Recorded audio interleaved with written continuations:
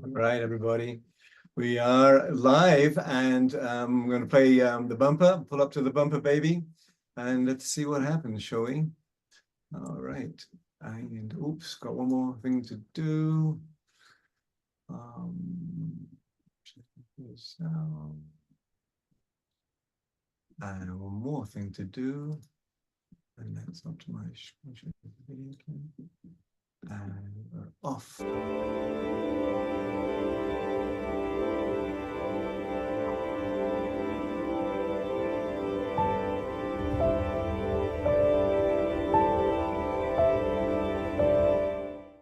What if I were to suggest that you play a key role in the awakening world?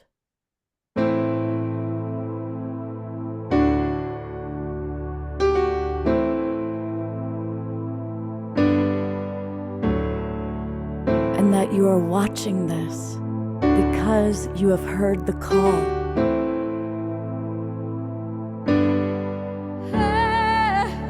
We can start right now by opening our hearts and minds.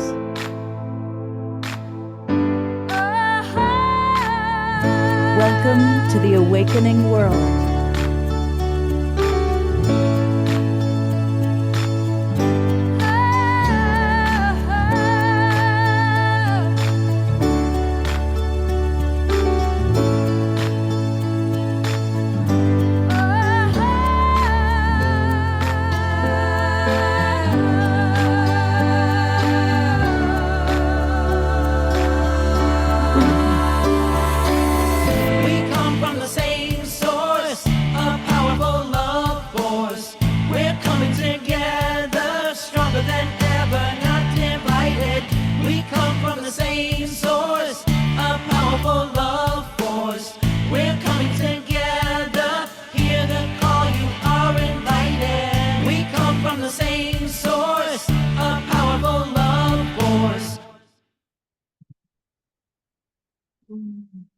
Yes, indeed. Namaste and welcome everybody to the most amazing show in the universe, and that is the Awakening World.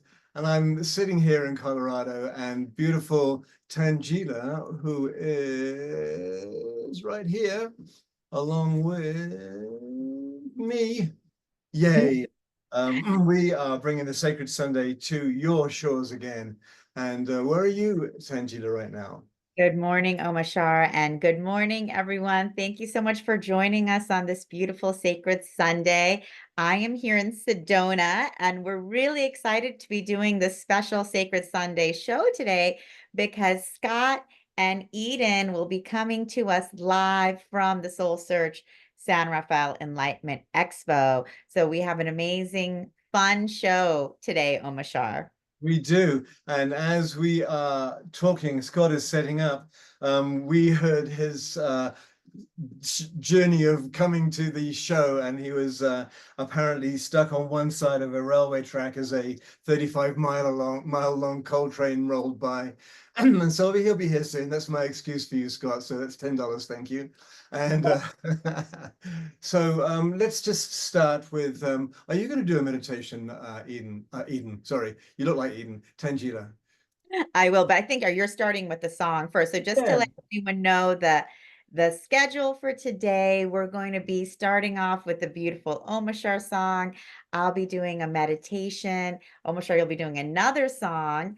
And then Scott and Eden will be coming to us live from the Expo, where they'll be sharing a presentation on tips, tools, and practices for our enlightenment. And then Darren Starwynn will also be sharing a presentation of 5 keys to be a master healer and heal the unhealable. So we're really excited that, we're going to be doing this incredible hybrid show together with all of you. And if you want to continue watching the rest of the speakers, we will be live streaming them for the rest of the day on the SoulSearch YouTube. So you can continue to tune in all day or watch the replays later. But we're really excited to be here with you all live to celebrate this Sacred Sunday together. Indeed, we are. Hello, Tanjila. Hello, dear friends. Hey, there you are. How's the freight train experience, young man?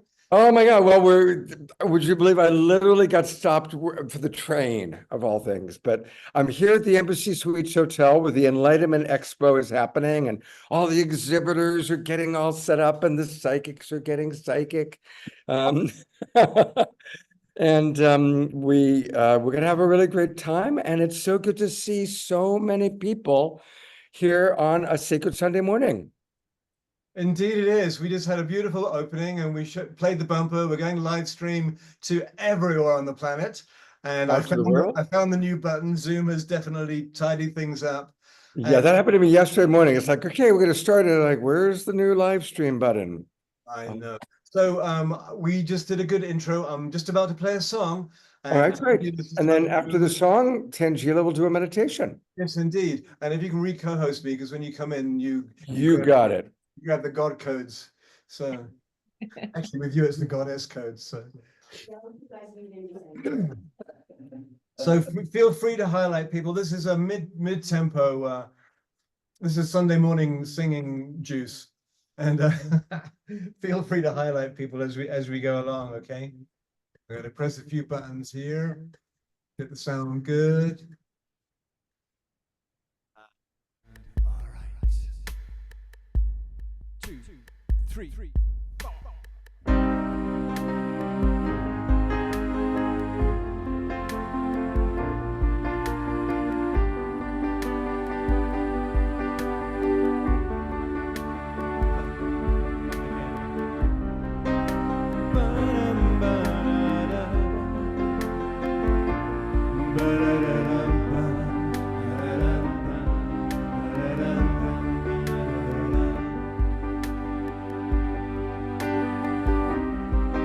The quieter you become, the more you can hear in the silence, in the stillness. I am here through the wisdom of your tears, through your heartbreaks, through your breakthroughs, through the shedding of your fears. I am with you and guiding your way. Know that I am cheering you on. Truth lives within you and love leads us through. I love you.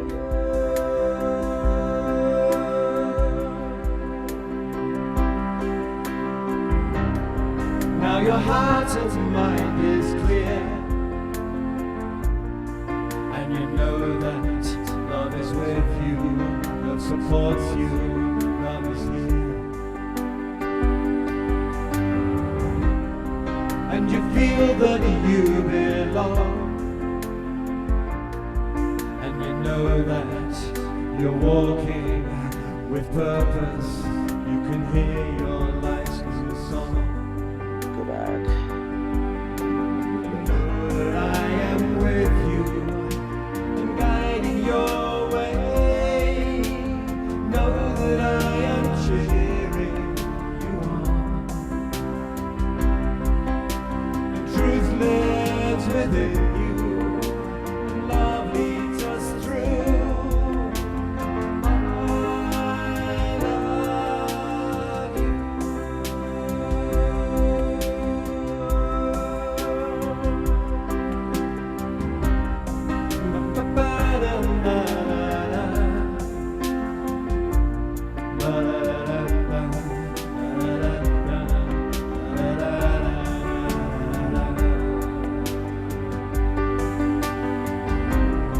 Through the wisdom of your tears, through your heartbreaks, through your breakthroughs, through the shedding of your fears. So know that I am with you and guiding your way. Know that I am cheering you on. Truth lives within you, and love leads us through.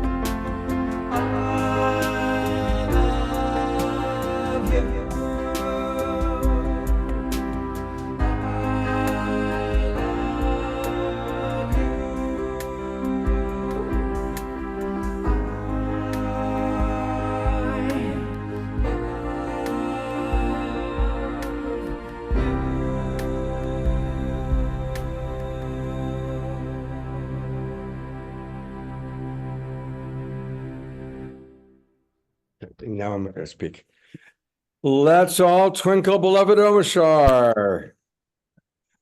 Yay, Sunday morning, goodness me. When was the last time I sang this early? Woo! I know, but it's true. We didn't have as many people up and dancing as we normally do. Well, it's Sunday morning, and it took me an hour and a quarter to get a voice this morning, I tell you.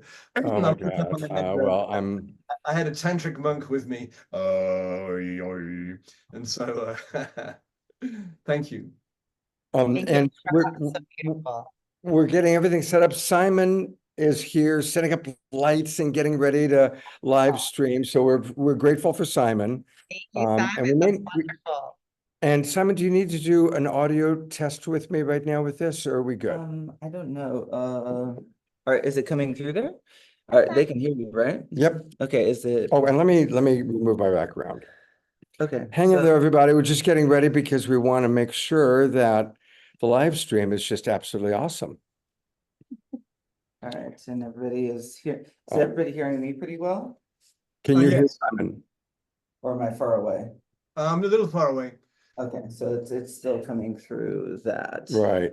So I'm not sure if there's another audio in there that it goes same as AirPods. No, It's all right. All right. we'll just stay with this. Yes, I'll just surrender. Right. All right. Ah, Indeed.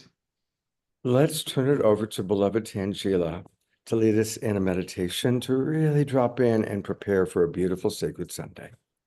Thank you, Scott, and thank you, Omashar, and thank you, everyone, for joining us today for the Sacred Sunday.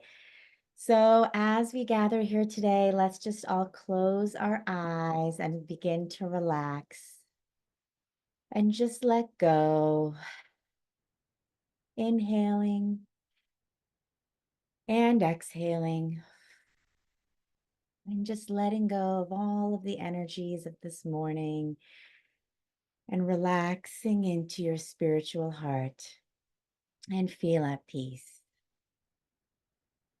And as you relax into your heart, feel your energies going through your body, down, down, down, down through your legs, through your feet, through the crust of the earth, through the layers of Mama Gaia, until you connect to her crystalline core. As you connect into the core of Mother Earth, you feel her unconditional love embracing you, surrounding you, enveloping you with her magnificent power, her ancient wisdom, her unconditional love, and her everlasting support. You feel her strength grounding you, connecting you to her as she supports you on every step that you take on this planet. You relax into the arms of Mother Earth, feeling supported, loved, strengthened, feeling her eternal guidance that's with you in every moment. And you relax into her love. And feeling this unconditional power, you begin pulling it up, back through the layers of the earth, through your feet, up through your legs, lighting up your root chakra, feeling that constant connection to Mama Gaia at all times, strengthening and stabilizing you. You bring her energies up into your sacral chakra, lighting up your creativity,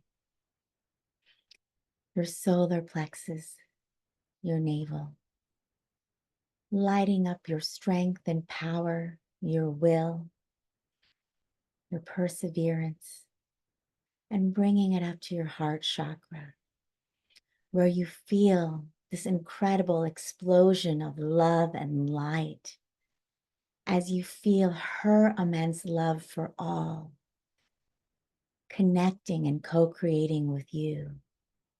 Love for all there is on this planet, all the elementals, animals, minerals, plants, and every other human being, all of the elements, all of us connected as one in this great unified love.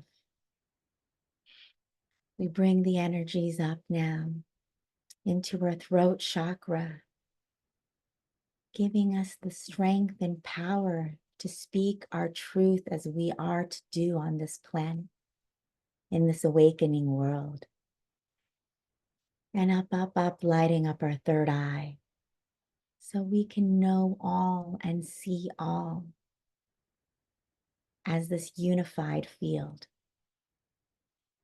And then up through our crown chakra, up, up, up, up, up, going higher and higher and higher through the atmosphere, through the galaxies, up through the central sun, higher and higher as we go into the heavenly realms, where everything glimmers in this diamond white light, connecting us all to all there ever is and all there ever will be. We feel our souls soaring like an eagle, free and powerful. This is who we are: harmonious, beautiful, love, freedom, liberation. We feel the power and the glory and the grace of our eternal souls, the immense wisdom that we carry for eons and eons.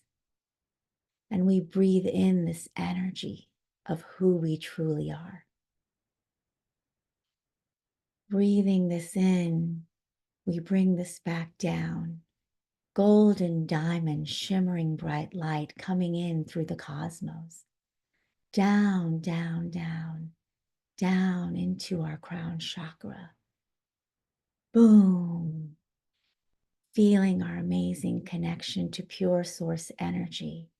We feel this connection growing stronger and stronger, wider and wider, as we bring in this diamond white and golden light from the heavenly realms, activating every strand of DNA in our body, feeling the grandeur and the grace of our souls. As we bring in this pure source energy, lighting up each one of our chakras, we feel this connection in our heart chakra, growing brighter and brighter as we connect to pure source energy in Mama Gaia, and feeling as one, always connected to the infinite cosmic realms, always connected powerfully to Mother Earth. We feel our own strength and power in this infinite loop, up into the cosmos, down through our heart, connecting to Mama Gaia, and up again. And as we feel this infinite loop of radiance and strength and power, connecting us in all times, in all places, to source, to earth, we begin expanding our heart wider and wider, connecting to one another in the quantum field. And as our hearts grow wider and wider, lighting up our entire homes, our entire cities, our entire countries, and the entire planet. We feel ourselves connected heart to every being on this planet. And together, we breathe in the pure energy, power, unconditional love, grace, and strength of who we are.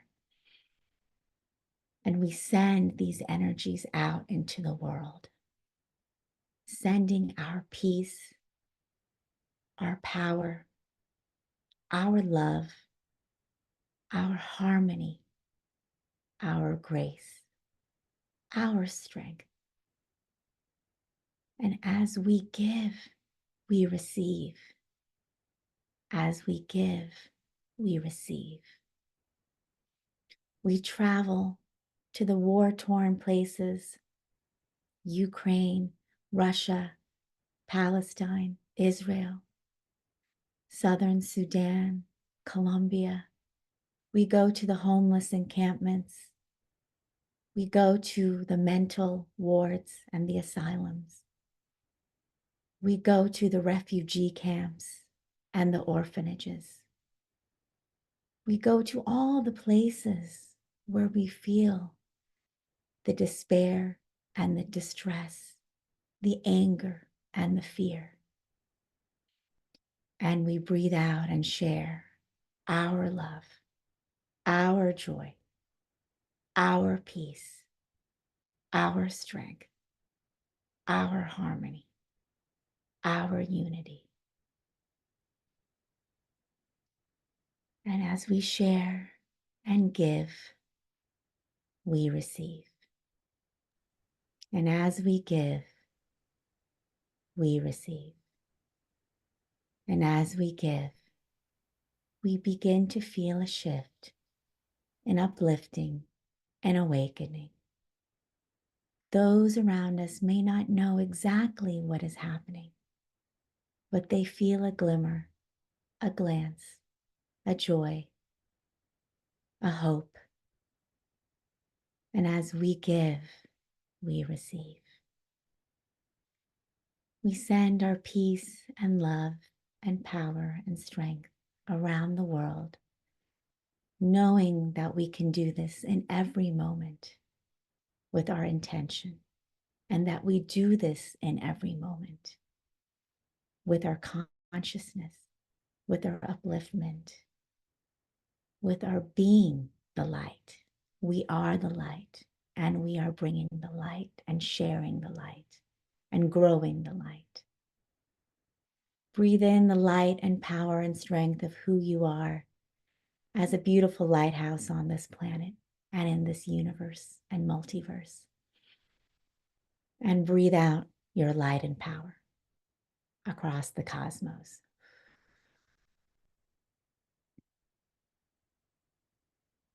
Coming back into your body, continue to feel your connection and your strength and your light and power, knowing that you are bringing peace, joy, harmony, and upliftment across the planet every moment, just by being who you are. So breathe in, feel the energy, and open your eyes. And thank you all for sharing your love, sharing your power, and sharing your peace across the planet. Thank you.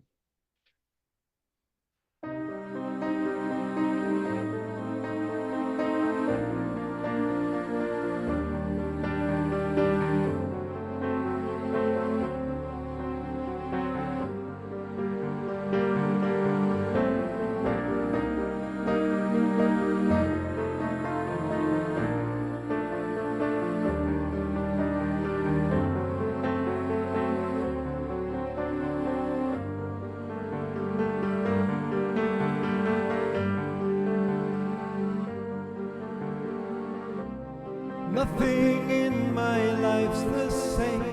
It seems my world is falling into the dust that gave it birth. Empty feelings find me deep in contemplation, waiting for the rise of Mother Earth. And we all know what we've come here for, and we all feel that our hearts are true, and together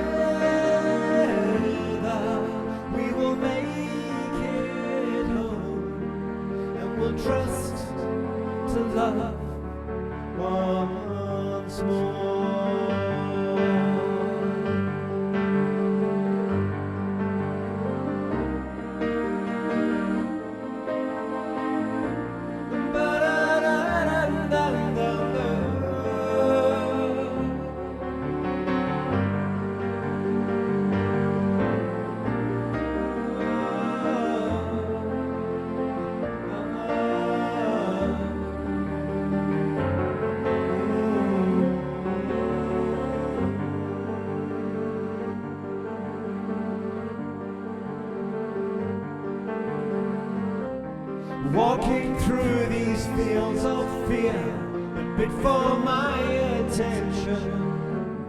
I don't live here anymore.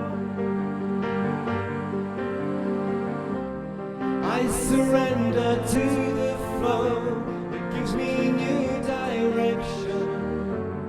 All there is to do is trust and fly. And we all know what we've come here for. And we all feel that our hearts are true. And together we will make it home. And we'll trust to love once more. Y sabemos a lo que vinimos, es sincero nuestro corazón. Lograremos ir a casa juntos, confiando otra vez en el amor.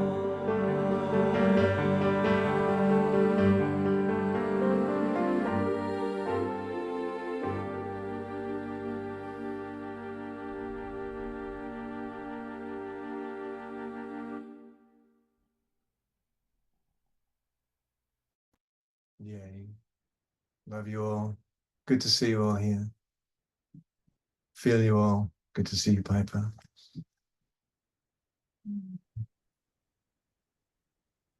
Yay. Mm. Oh, you're here. And you're not yet. We can't hear you yet. Thank you, Omashar. What a beautiful song. And Really. inspired by your beautiful meditation, I was going, that would be a wonderful meditation. Well, I guess we have it recorded now, but that was the perfect one to take us right into the crystal heart of Gaia and then bring us back through. It makes it so real and so tangible.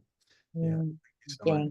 thank you. And I felt the power of everyone connecting together and bringing this out into the awakening world It's absolutely together. amazing how across the airwaves we can feel each other, and we're getting to learn mastery at it through this platform.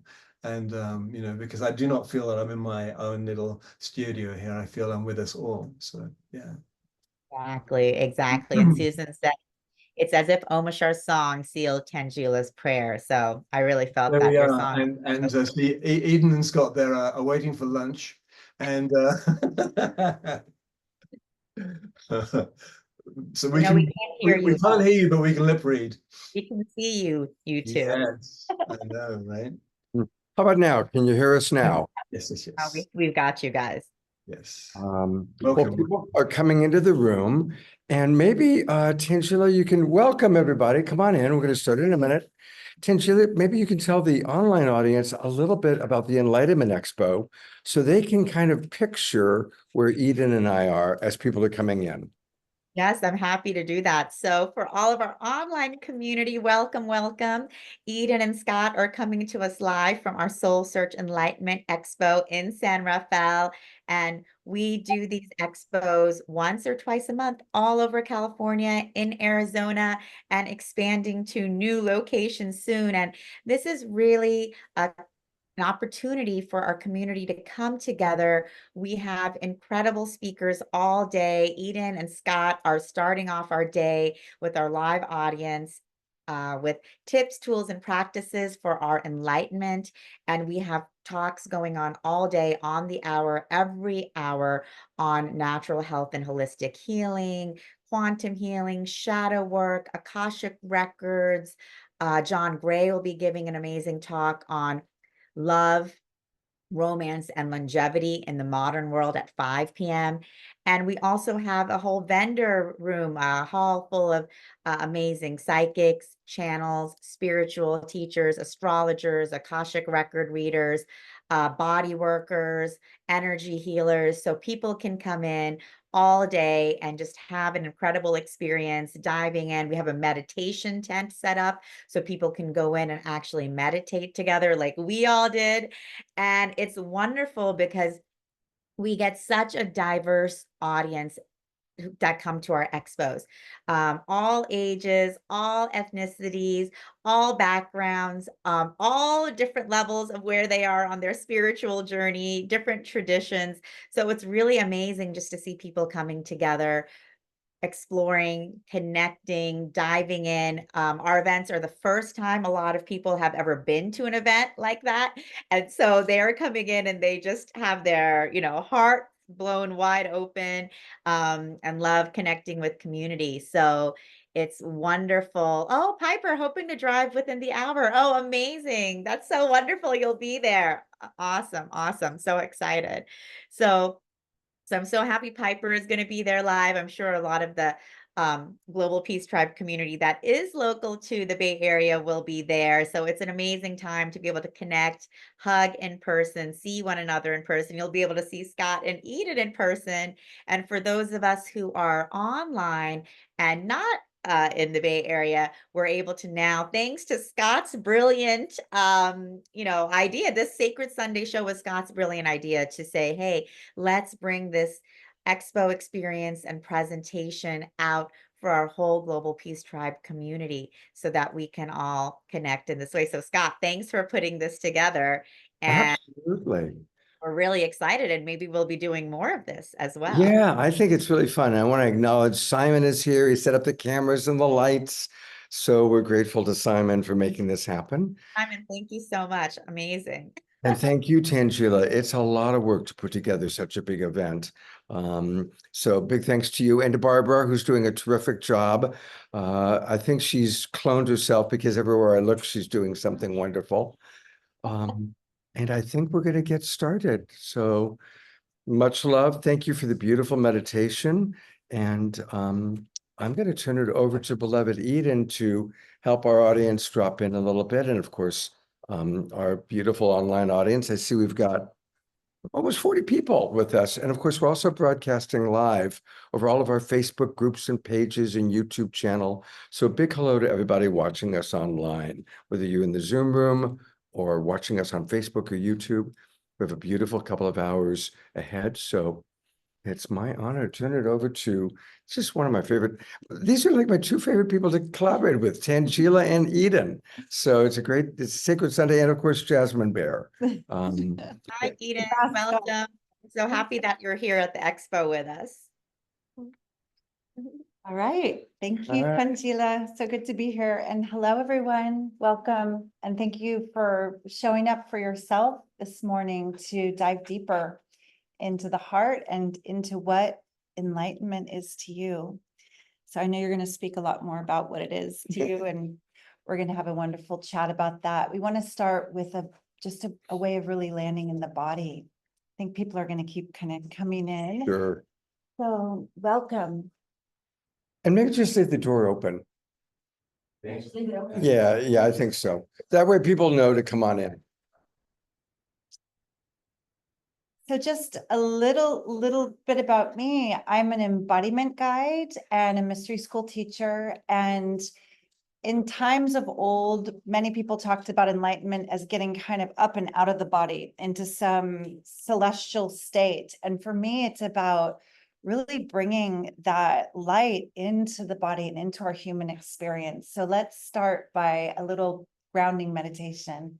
All right. So if you'll just allow yourself to close your eyes and let your hands rest open on your lap. Start to deepen your breath. And let's take 3 deep, deep belly breaths with a bit of a sigh on an exhale. So inhaling.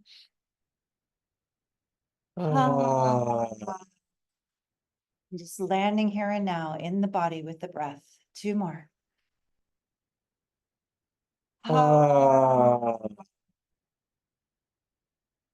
One more resonant sigh. Scott, you're so good at this. Everyone, deep sigh.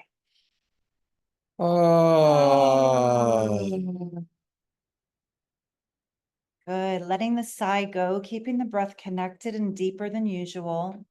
Go ahead and lean a tiny bit back into your back body. We're such forward leaners in our minds into the future. And this is a moment to come into the present, into the body, letting the crown of the head move back and the heart lift. And for our online audience, you can do the meditation again, double beauty today, meditation. And as you breathe into the heart center, go ahead now and bow your chin a little and dive into the space right in the center of your chest. And imagine this beautiful golden light, warm, bright, with every breath illuminating more. As if you can call yourself, all parts of yourself here and now to this moment, to this body. And then bringing your attention to your hands that are on your lap and bringing slowly your right palm of light just to your heart chakra.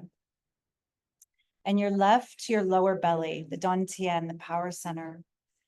And as you touch your heart chakra, it starts to release oxytocin. You can give it a little bit of movement. Just feeling this preciousness, this moment. And perhaps here you can set an intention. Your intention is very powerful. It could be just to receive, to feel well, to awaken, whatever the intention is for you, just finding that place in your own heart that wells up, your personal intention. Deep breath there. And then we're going to visualize this beautiful golden light starting to move down the central channel, down to the solar plexus. That's the diaphragm. You can bring your hand of light right there. Central sun, solar plexus in your being. And breathing into that chakra, your power center, charging up this intention. And then allowing it to just flow down your spine, down your central channel to your lower belly, bringing the hand of light down to meet the other, just gently resting on the belly.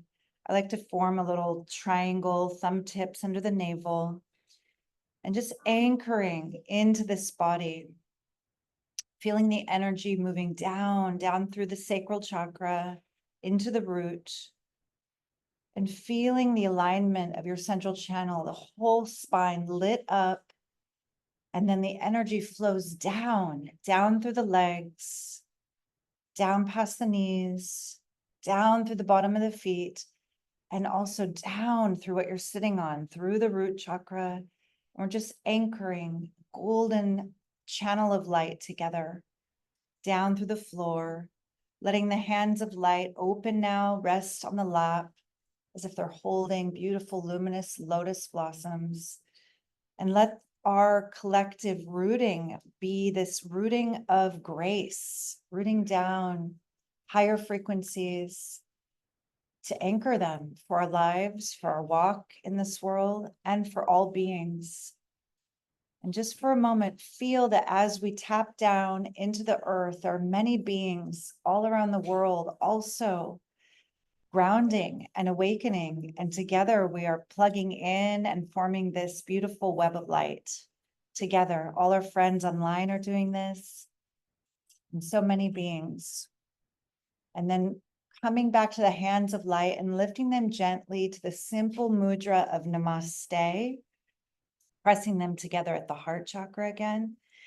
And take a moment to just bow towards your palms of light. And if there's something you're grateful for, gratitude opens the heart even more.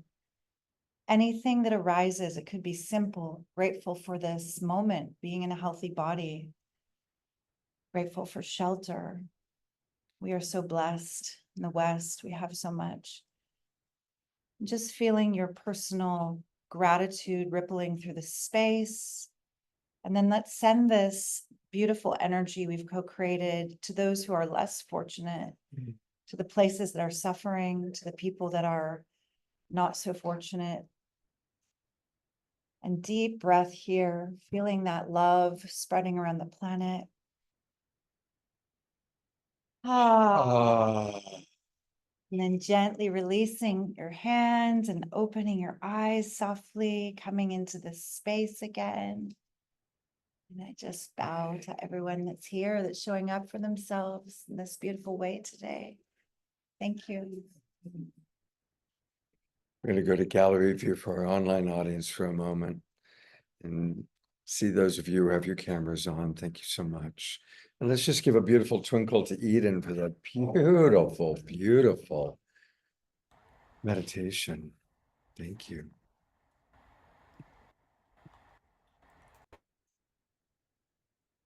Enlightenment. So a question to those of you in our live audience and also those of you in our online audience, how many of you have really wanted to achieve enlightenment in this lifetime? How many of you have had that as a desire, as a goal? She's getting up, so I guess she also wants to achieve enlightenment. Wow. Well, as I was thinking about this morning, I thought a lot about my wife. I had a wonderful, wonderful wife, Suchi, who passed away, but she was all about enlightenment. She would come home and she'd say, look, here's a flyer. And she'd show me a flyer and it'd be somebody promising enlightenment if she went to India or if she did whatever she needed to do. And it was an ongoing conversation in our relationship because I never imagined that I would get enlightened fully. I didn't have the fantasy of getting tapped on the head by a guru and waking up. But she did. God bless her. She really did. And she went to India many, many times. And I think she did finally achieve enlightenment when she left her body. When she left the body is when she got her great, beautiful wish and became one with all that is. I've been around the block. I'm 68 years old. I've had the good fortune to get to know and become close to many of the great teachers. Ram Dass and I were friends. And even the great ones don't appear to be enlightened all the time. Maybe Amachi, maybe a few people. But I think what's more common is we have enlightened moments. Who here has had an enlightened moment? I'm going to go to the online gallery view for a moment too. Yeah. And just so the people online know, people are raising their hand in the space here. That's beautiful. So for those of you in the online audience, put in the chat box what your enlightened moments were, like what an enlightened moment might have been like for you. And Eden, what's an example of an enlightened moment that you've had? So for me, there's been miracles that have happened in my life from dark nights of the soul, actually from some of the toughest times I've had, where I felt like I've hit a bottom. And then there was grace. Then there was this opening of my heart, this forgiveness, or even a mystical experience where nature seemed to respond to me in a way that kind of blew my mind. And there's a few stories, it's maybe too long, but Share one. I have a connection to birds, a really beautiful connection to birds. And I can't say that I felt like some enlightened guru at that moment. I just felt immense love and connection to the divine. And in those moments, it suspended my little sad, poor me story completely. And the sense of being in a living miracle occurred to me. So I can share one quick story. Many, many years ago, I was going through a very painful divorce, and it was kind of at the height of heartbreak. And I was on the island of Capri in Italy, and I was walking and crying, and I was completely in my collapsed victim state. I know we've all been there, where we feel like the world is against us and nothing is going to help us. We're really desperate. And there was a light shining from the top of the mountain on this island. And as I squinted, and I felt like it was almost blinding me, this light, later I realized, and I'm not religious, I'm spiritual, but not religious. I realized it was the metal cross on top of an ancient church on the top of this mountain. And the way the sun was hitting it, it just was kept almost hurting my eyes like a blinding light.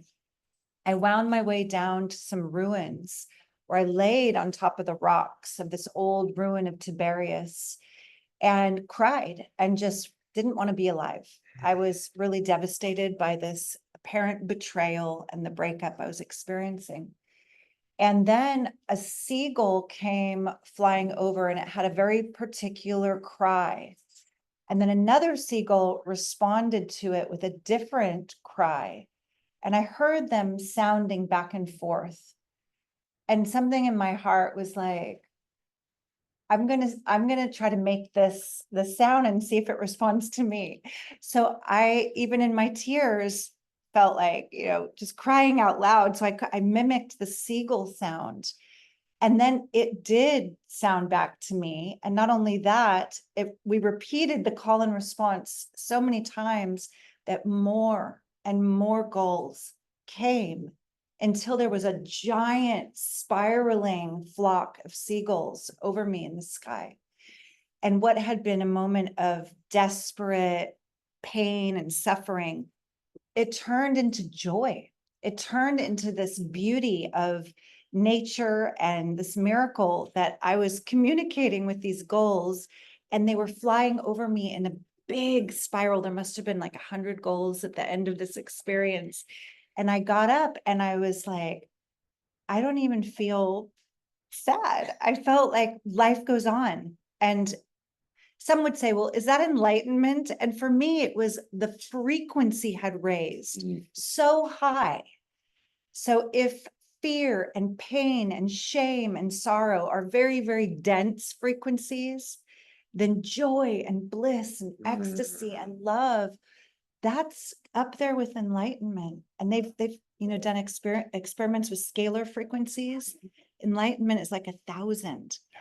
And bliss and ecstasy is right there with it. So for me, that was this moment of light, of peace, of communion with the divine. What a beautiful story, huh? In the audience, we heard she got goosebumps. I'm going to read a couple of comments from the audience and we'll continue to share. Dorina Joy, who's all the way down in Ecuador, in our online audience, writes, most enlightening and transforming moments and experiences were triggered and caused by entheogens and plant medicine, surprisingly at the time, and so grateful for that now. And yeah, of course, many of us using plant medicine or other forms of medicine have probably had some beautiful and wonderful moments. I can relate to that. Susan writes, I kissed a guru's feet and felt so much bliss. It was an unforgettable experience. Kathy writes, I've had many enlightened moments throughout my life. The greatest one was a spontaneous Kundalini awakening, which changed my life, and I continue to experience them. Susan Woolridge writes, Eden, also continually receiving messages from birds. So you and Susan have that in common. Reverend Jeffrey, whom we love, writes, Levolution is the solution.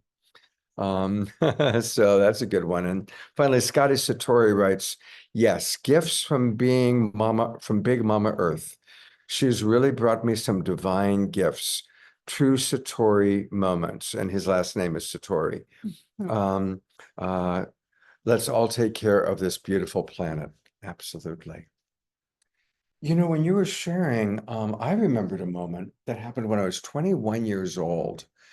And I was up at Mount Tam. And I was with somebody that I was just getting to know. And something shifted, and he shifted. And he was a very big guy. Now, I've never thrown a punch in my life. I've never been a physical, violent kind of guy. But this person got literally intoxicated and was threatening me. And we're all alone up in Mount Tam. And he had a knife, a big knife. And I was terrified because he clearly, if he wanted to, could have killed me. And I just was so terrified, and in that moment just prayed for grace. You talked about grace in your prayer. And all of a sudden, I was filled with what I call, this is my word for it, Christ consciousness. Because in that moment, I went from looking at this man and being terrified to instead just seeing my beautiful brother who was struggling, who was scared. And I went from probably about as much fear as I've ever experienced into the exact opposite, which was the most love that I had ever experienced, just total love for him. And it just melted the whole situation. And obviously he didn't kill me. I'm here. And so that was, I thought of that as you were talking. And isn't it interesting how so often it's when we're in those deep moments of night, you know, the dark night of the soul. Thank you. That's what I was looking for. That then the shift happens, right? The shift happens. There's another word that you used in your meditation that I want to riff on a little bit, and that is gratitude. You know, as best as I can tell, when I think of my enlightened moments, they're moments when I'm fully present to what is, and I'm only in gratitude. I don't need to change it. I don't need to make it different. I'm just in gratitude. And the most significant moment of my life so far was when my wife took her final breath. And it was such a juxtaposition because, of course, I didn't want her to die, but I had accepted that she was dying. I had gone through the acceptance process. And when she took her final breath, because we were so connected, I could feel her liberation. There were about a dozen of us in my bedroom. I was holding her. We were all around singing. And we knew it was right at that moment, you can tell. And as she took that final breath, we all could feel this liberation. And it was just this incredible moment of grace and gratitude. Those two words that were in your meditation, grace and gratitude. So it's like if we can really work in our life of being grateful for whatever's happening, even when something as sad as the death of a loved one is happening, but to find the grace and the gratitude, I think that's what leads or can lead to enlightened moments. Beautiful. So in the mystery school work that I've been involved with for 15 years, we talk about a grateful, open heart is a dimensional doorway to higher states of consciousness. And I'm just curious, when I invited you to find something that you were grateful for, did you feel a shift? Did you feel the energy? Because sometimes our minds are so busy with more of a negative bias where we might be in kind of a loop around what's not working. But as soon as we start to focus on what we're grateful for, we actually shift our perception very deeply. So I'd like to think that more enlightened states are noticing the beauty, noticing what blessings we have. And I just want to hear if there's anything that you're grateful for. I know I'm really into audience interaction. Absolutely. So if there's anything that came to you as simple as it was, what are you grateful for? What could you feel yourself, your heart soften and open around? Is there anything you would share? Is there anything that you're grateful for? More of enlightenment, but 8 months ago, I was getting ready to eat and I saw a purple man come in and I didn't know who he was, and both practitioners said it was Saint Germain. Beautiful. I then had heart surgery about a month later. And when I was suffering in the ICU, Saint Germain came in and I knew who he was this time. And I knew he was there to tell me that I'm gonna be okay. I was in pain. That was about it. Right. I'm sure that must have just blown your mind and changed your life. That incredible blessing of meeting an ascended master, a guide. And I didn't know who he was, right? Now I do. Amazing. That's the microphone, okay. Thank you for sharing. That's an amazing story. Is there anybody else in this audience while he's got the microphone and the camera on you? Anyone else want to share a moment of gratitude? If you're feeling shy, Do that. No? Okay, well, we've got our online audience is responding. So Reverend Jeffrey writes, the only way to deal with an unfree world is to become so absolutely free that your very existence is an act of rebellion. Christy Michaels writes, I'm grateful for the Global Peace Tribe. That's the name of our online audience. and we're grateful for you, Christine, that you're well and the work you're doing. Thank you for the beauty you bring, Christy. Christy and Eden both do a lot of work that includes the understanding of Mary Magdalene, who Mary Magdalene truly was, and bringing in that embodiment. Piper Dellums, who we love, who's coming here to the Expo today, but she's still at home. Piper writes, so lots are coming in now. She writes, based on Scott's beautiful story, I'm the most grateful for taking care of my dad every day until he transcended, and the depth of communication he was sharing between dimensions with me. Profound gratitude. And Piper Dellum's father was the great Ron Dellums. Anybody remember Ron Dellums? He was a wonderful congressman. There's someone in the audience who knew. Ron Dellums was one of the great congressmen of our time. He passed very important legislation, and that was Piper's father. A couple more messages, and Karen just came in. Hello. Deidre writes, I'm grateful for health, grateful to be with you all, grateful for my parents who are 87, grateful for nature. Thank you for this beautiful offering. Kathy writes, that's right. And Tanjila, the volume went lower. How's the volume now? Is the volume good? We switched into a different audio setting. How's the volume now? Somebody, Omashar, go ahead and unmute yourself and let me know if we're good? Okay. And thank you all for your patience with the back and forth. Yeah. Yeah. Yeah. So grace and gratitude. What would you like to say about that? In Italian, while I was living in Italy, I learned this grazia and grazie. It's the same root. Grace is gratitude. Gratitude is grace. It comes from grazia, the same Latin root. Oh.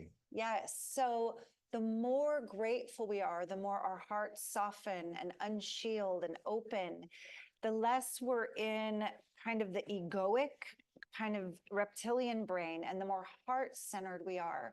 And that's where the grace comes through us. And I like to think of grace as the Holy Spirit.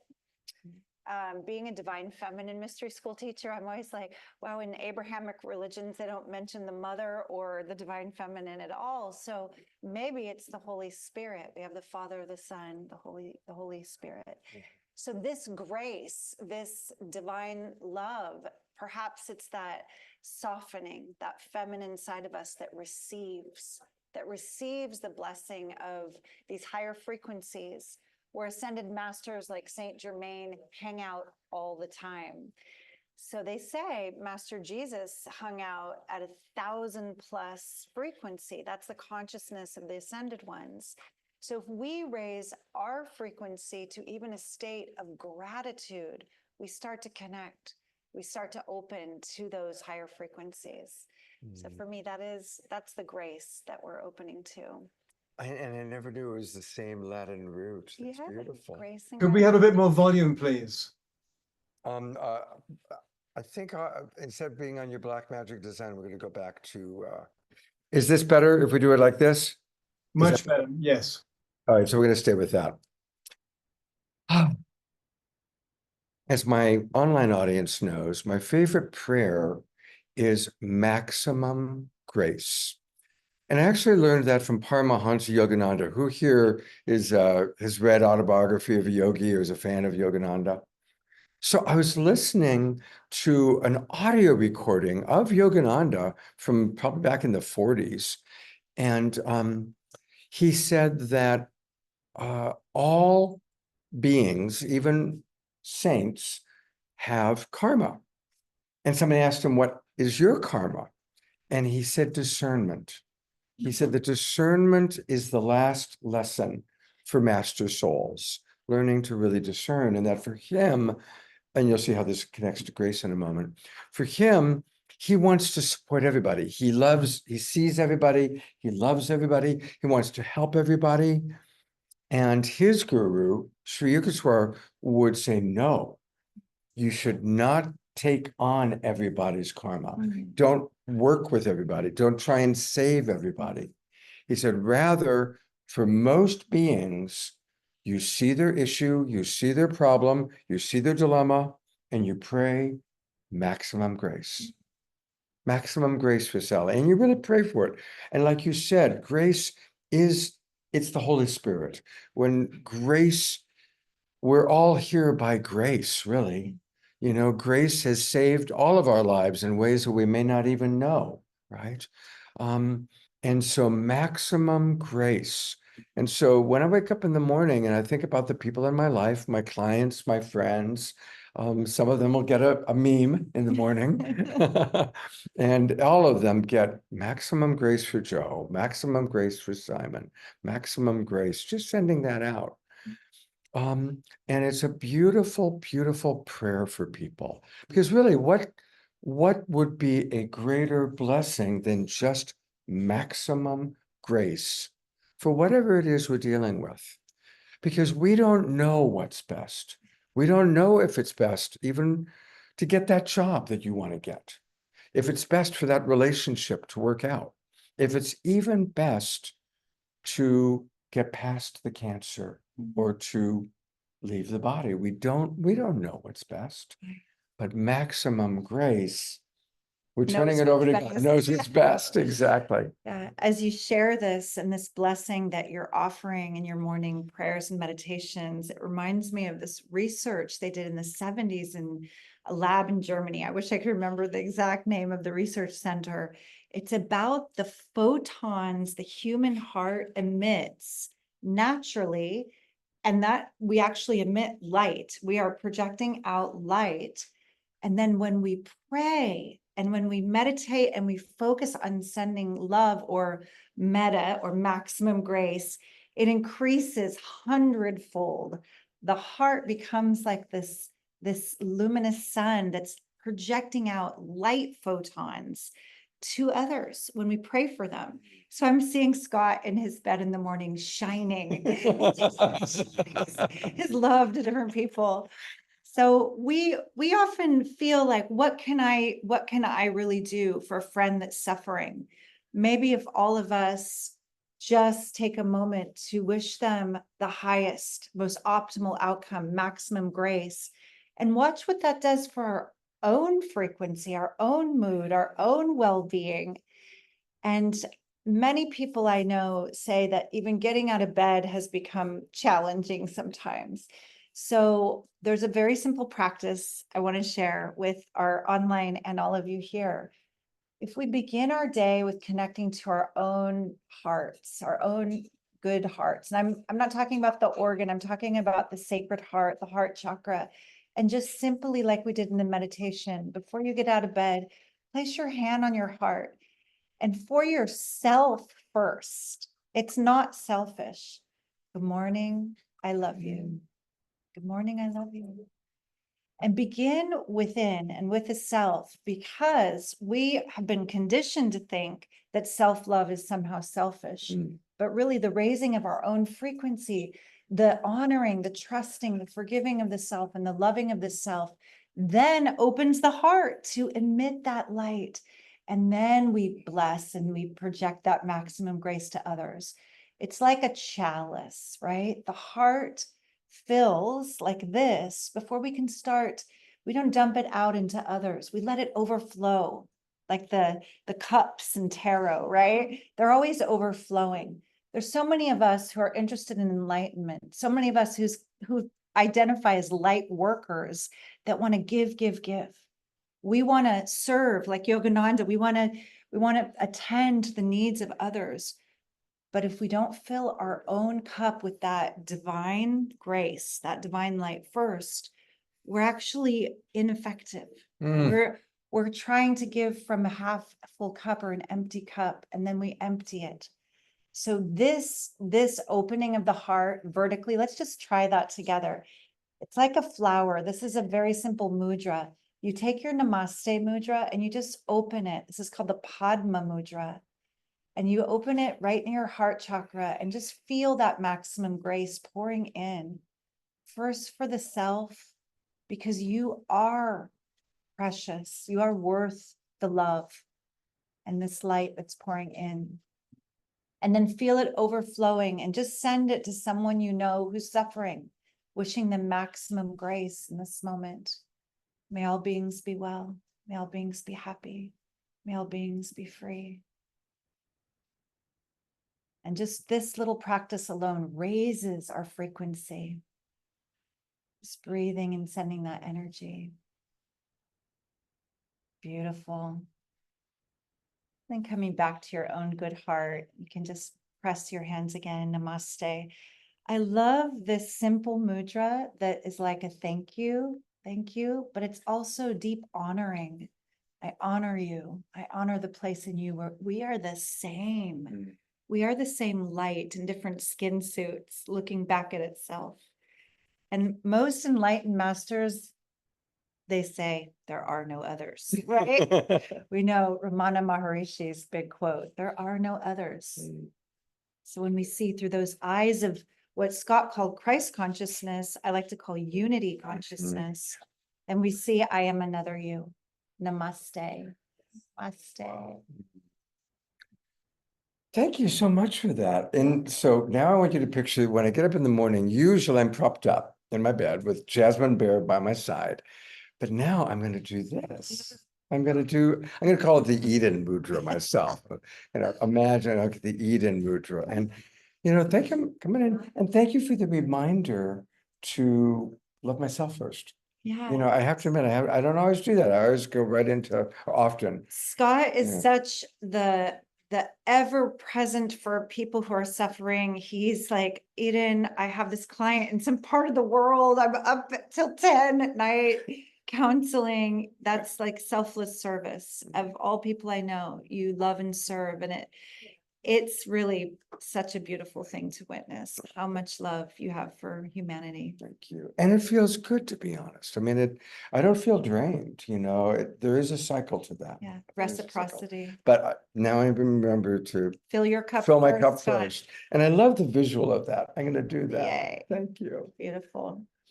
Let's talk a little bit about unity consciousness. I've had Deepak Chopra on my show a few times, and Deepak Chopra points out something a few interesting things. Probably the most ancient sacred texts that have survived are the Vedic scriptures written 7,000 years ago in Sanskrit. And in the Vedic scriptures, God is known as Brahman, and they assign 26 principles to God, 26 principles to Brahman. That's in writing 7,000 years ago. Fast forward to now, and of course, our most sophisticated form of science is quantum physics. And in quantum physics, they have scientifically proven that we are living in a unified field of ever-changing molecules. And they have come up so far with exactly 26 principles of the unified field.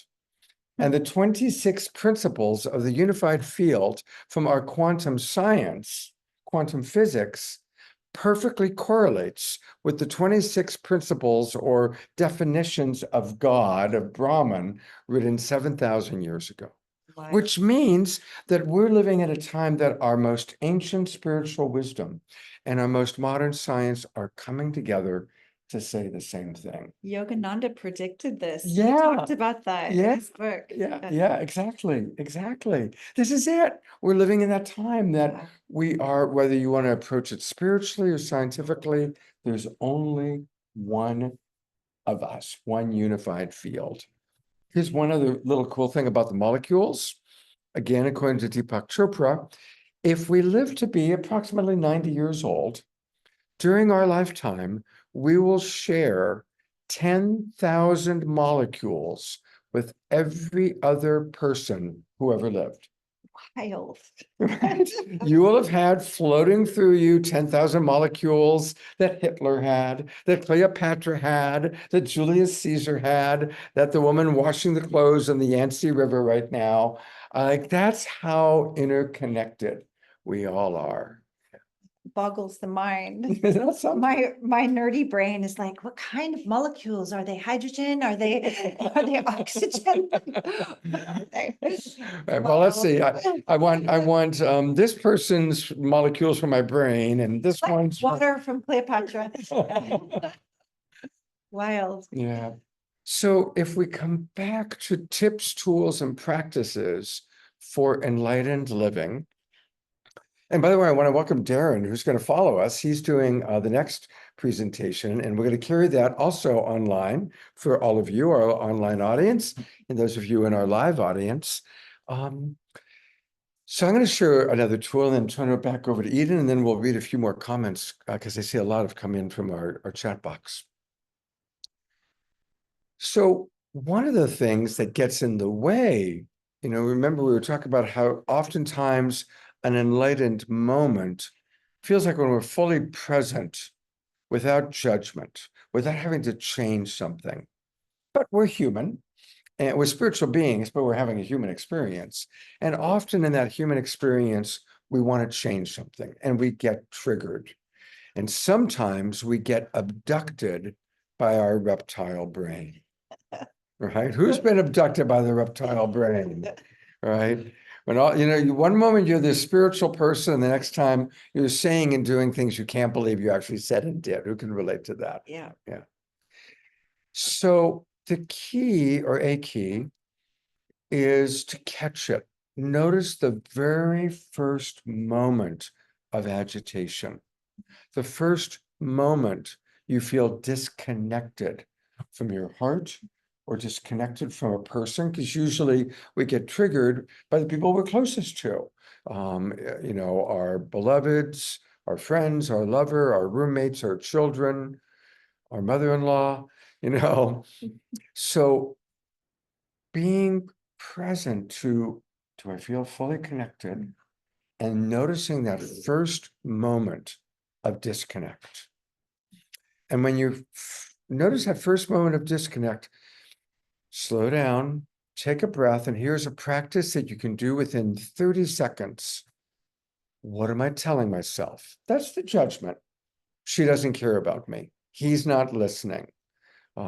It's usually something like that. Just allow yourself only one sentence, not a whole story, one sentence. What's the judgment? What's the projection? One sentence. Then take a breath. What am I feeling? I'm feeling sad. I'm feeling disappointed. I'm feeling hurt. Now, as you do that, you're acknowledging what you're actually feeling. And then what is it that I'm really needing right now? I'm needing connection. I'm needing to be heard. I'm needing to be understood. I'm needing her to listen, whatever it might be. Notice that all takes 30 seconds. And we shift out of our judgment where we can go into reaction and get abducted by our reactive reptile brain. We give ourselves that moment of empathy. God, I'm feeling sad. I'm feeling hurt. We get in touch with what it is we're longing for. And we then drop into the grace of the longing, the beauty of the unmet need. So for example, let's say, I'll just make up something. This is not true because she's a wonderful listener. But let's say Eden and I are having a conversation on I don't feel she's listening to I'm on me. my phone. She's not, she's on her phone and I want her to be connecting to me. So again, the judgment she was only thinking about herself. There's the judgment. But what am I really feeling? I'm feeling hurt. I'm feeling sad. What I'm wanting for her to really connect and to listen to me. That took 30 seconds. And then I drop into remembering how good it feels when Eden listens to me. and all the times that she has listened to me. And I started remembering that, oh, that's who we are. When we're connected, that's who we are. She's a wonderful listener, you know? And I remember that beautiful feeling. And in 30 to 60 seconds, I've shifted from where I could react in the moment to a judgment or a projection. Maybe she's on the phone because she's getting an important text. Maybe her son's saying, Mom, I need some dinner. We've had that happen. You know, whatever it is, I've shifted out of that into the beauty of my longing, the beauty of what I'm really longing for. So there's a practice for everybody. So again, So what am I telling powerful. myself? What am I feeling? What am I longing for? And then pivoting into the beauty of the longing as opposed to reacting to the unmet need Before it escalates. before it escalates. And Scott, do you find sometimes when you're in the middle of an interaction that's gone south already, that you just might need to take physical space to get back in touch with this energy? Yeah, absolutely. And the way we teach it in Love Coach Academy is we ask for a connected timeout. And it's not, you're driving me crazy, I gotta go. It's not that. The magic words are, I'm sorry, I'm too disconnected to give you the quality of connection I want right now. I need to take care of myself. I need to eat. I need to take a nap. I need to take some space. I can't give you the quality of connection that I want to. I need to go take care of myself so I can come back and love you up the way I want to. Oh, wow. It almost is bringing tears to my eyes because I'm imagining a world where we have that kind of self-awareness and responsibility in mass. And if, or as we awaken, as we are the awakening world, and more of us do that, imagine how many less volatile fights would happen in loverships, in family constellations, in government. Yeah. It would ripple into a collective peace.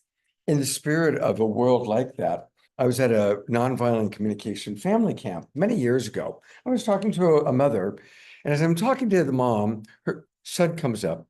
He's about 8 or 10 years old. He comes running up, Mommy, I need a timeout. I'm too mad to play fair right now. Right? There's that awareness. He had that consciousness. I need a timeout. I'm too mad to play fair right now. Yeah, we got people who are like really digging that one. So as you give a practice, I'm going to take a look at what's happening in the chat box. Okay. So this next practice, I often give people when they're not quite able to go through that process Scott said quickly, when they're noticing, oh, I'm actually flipping my lid, like the prefrontal cortex has flipped, right? And that's when the reptilian brain hijacks us or abducts us. How'd you say the alien abduction? Yeah. The reptile So- brain abducts us. Yeah, so this is a simple practice. You're in an interaction. Your intention is to be a heart-centered, more enlightened being. And there is that person that seems to trigger you again and again right in front of you. And you notice, I'm holding my breath. That's one of the first things when we're not in present moment awareness. We breathe in the present moment and we're relaxed and our breath is full. When we're holding the breath, usually we're in anxiety, in a reaction already. So first thing is notice, where's my breath? And Scott even said that, take a few deep breaths first. Then the same practice that I gave you in the morning to bring that oxytocin and that good energy to yourself. Even if you're in a boardroom, even if there's a lot of people watching, it's not that big of a weird gesture as a pattern interrupter to just touch your heart. Just bring a hand to your heart and lean a little bit back. When we're in fight and flight, often we're ready to run. We're ready, our bodies lean forward, our tails even tuck like a C curve, and there's tension in our spine. When you lean back and you relax your breath and breathe deep, you downregulate your nervous system. And suddenly you feel, I have legs again. I have feet. I am here now. I am present in my body. Mhm. So this might not be that big like enlightenment tip of how to like ascend in the now. It's actually how to be present in the now, how to get back to your body. So imagine maybe that relationship that you're struggling with, and they're angry or they're triggered or you're feeling contraction. Deepening the breath, hand in the heart, and just a little lean backward. Mhm. Downregulate your nervous system. Then ask yourself what Scott just brought us through, the nonviolent communication steps. What's my story? How do I feel? What do I need? So these go together. Thank you. Go together. We're winding down. In a moment, we're going to turn it over to Darren. I'm going to read a few comments. A lot of people we've got 40 people watching online in the Zoom room, and then we're on about 50 Facebook groups and pages. But Tanjila writes, thank you so much, Eden. That was a beautiful practice. Carol writes, love Deepak, one of my first spiritual teachers over 35 years ago. Reverend Jeffrey putting in links. Thank you so much, Reverend Jeffrey. Here we go. Sylvia writes, one of my embodiment practices is to be present in the presence with and through me, and to touch and commune with trees through practicing my bare feet on the ground or on the branches one at a time, or leaning back against the trunk, usually while chanting. Beautiful. Beautiful. Reverend Jeffrey, when you were talking earlier about protons and protons. Photons, yeah. John Martin will be incorporating this practice. Thank you very much, John. And he's thanking you, Eden. All right, just a couple more.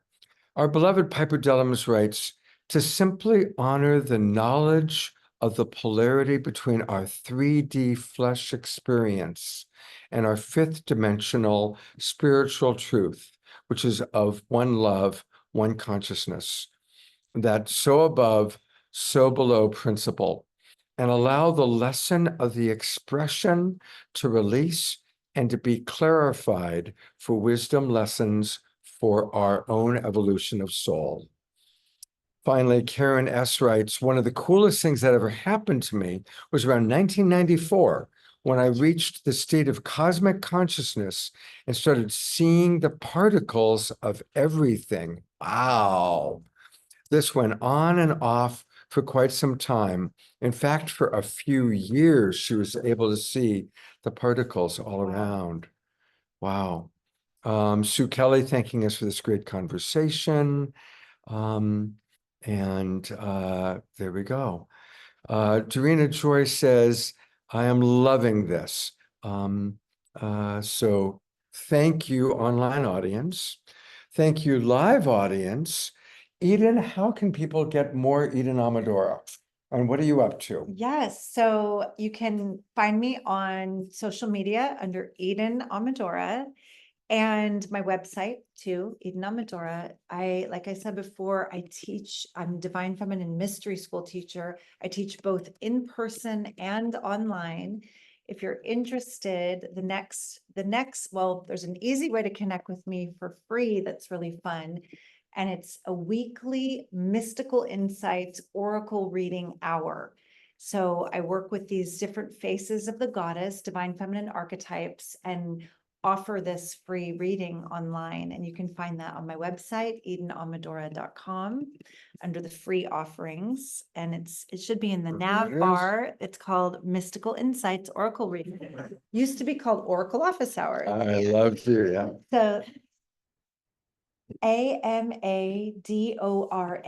It means she who loves. And yeah, it came to me in a wild dream about 15 years ago, Amadora. So that's a great way to start connecting. And then for those who are like, I love this, I want to go deeper, I'd like more embodiment tools, more practices. I'm beginning a 13-week program called Enter the Temple at the end of summer. August 29th is the first day of that journey. It's an online weekly meeting. So that's a beautiful way to work together, to go Fantastic. deeper. Highly So good recommend to it. be with you all. As you can see, Eden brings so much love and so much grace to everything she does. So I highly recommend it. And thank you for getting up early in the morning and being here. So here's what's going to happen for our online audience. I'm going to turn off my camera, and Omashar is going to bless you with a song while we kind of transition. And then we're going to be back with Darren. Darren, what are you teaching? 5 quantum keys. Come on up so my audience can see you. Oh, They're here. Hi. Come down a little lower. Yeah. Okay. All right, and after this song, I'm going to teach a class called 5 Quantum Keys to Heal Like a Master. wow. Wonderful. I'm going to stick around for that Oh, class. good. Yeah, absolutely. Yeah. So, all right. Thank you, beloveds. And I'm going to turn it over to beloved Omashar.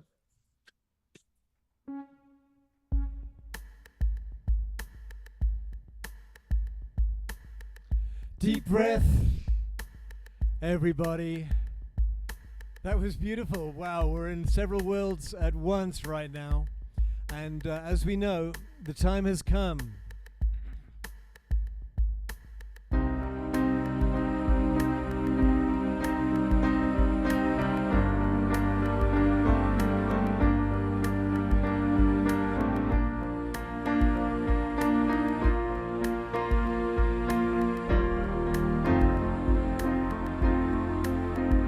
I am one with all feeling, and one with all love, one with all healing, and one with all. I am one with all feeling, and one with all love. With all healing, and one with all. I felt alone for oh so many years. Held my head high to hide the pain.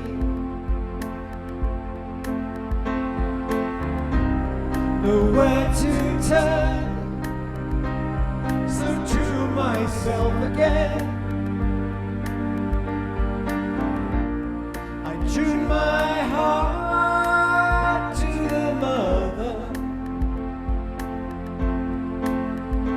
I am one with all feeling, and one with all love. One with all healing, and one with all. Sing with me. We are one with all feeling, and one with all love, one with all healing, and one with all. Let me know when the room's ready. The time has come to wake my sleepy head and peel back the sheets of illusion.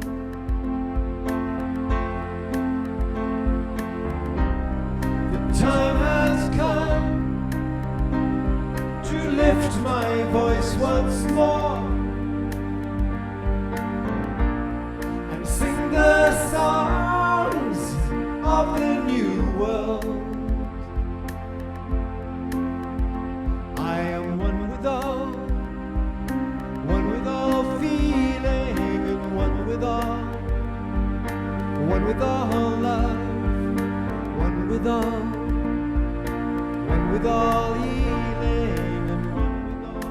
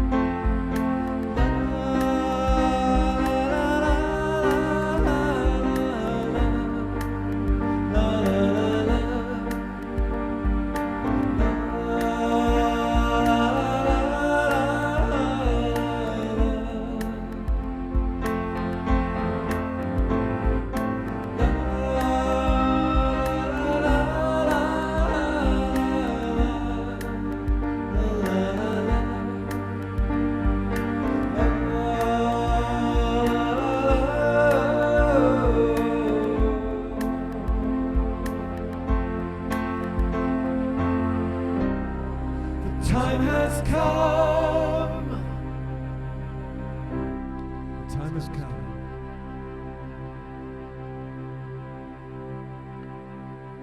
Scott. Let's all twinkle, beloved Omashar. That was awesome. We are with the perfect song. We are one with all after what we were just talking about with Eden. And Hi, Joey. that's pretty amazing. Pretty amazing. Well, are you about ready? Yes. All right. So I am going to turn it over. First of all, a big thank you to Tanjila. One more time. Thank you, Tanjila. And to beloved Eden, holy smoke, what a wonderful presentation, Scott. Thank you. And Oh, I'm going to bow out now and I'll continue watching. Namaste. Thank you so much, Scott and Eden, too. What a beautiful presentation. Thanks for sharing those powerful practices. And Scott, I'll leave it for you to introduce Darren, the next presenter. well, he's right here. So do you want to sing? Hi, Tanjila. Welcome, welcome. So happy you could be here. And I do want to introduce him, but Scott, maybe can you introduce? I put the introduction in the chat so that the live audience can hear his introduction as well. Okay, great. But before I go, I just want to say Darren is an amazing luminary and TV influencer, part of SoulSearch. He's an incredible quantum healer, quantum catalyst, really dedicated to empowering professionals, healers, light workers, and individuals around the planet to really step into their highest potential. And really, Darren, thank you so much. I really encourage all of you guys to check out his new show on SoulSearch TV, Quantum Awakenings. I will be putting the link in the chat. It's funny, it's a teaching show, it's a transmission, and you can really start diving in deep with Darren and his work. So thank you, Darren, for being here and excited for your presentation today. And did everybody in the live audience hear that?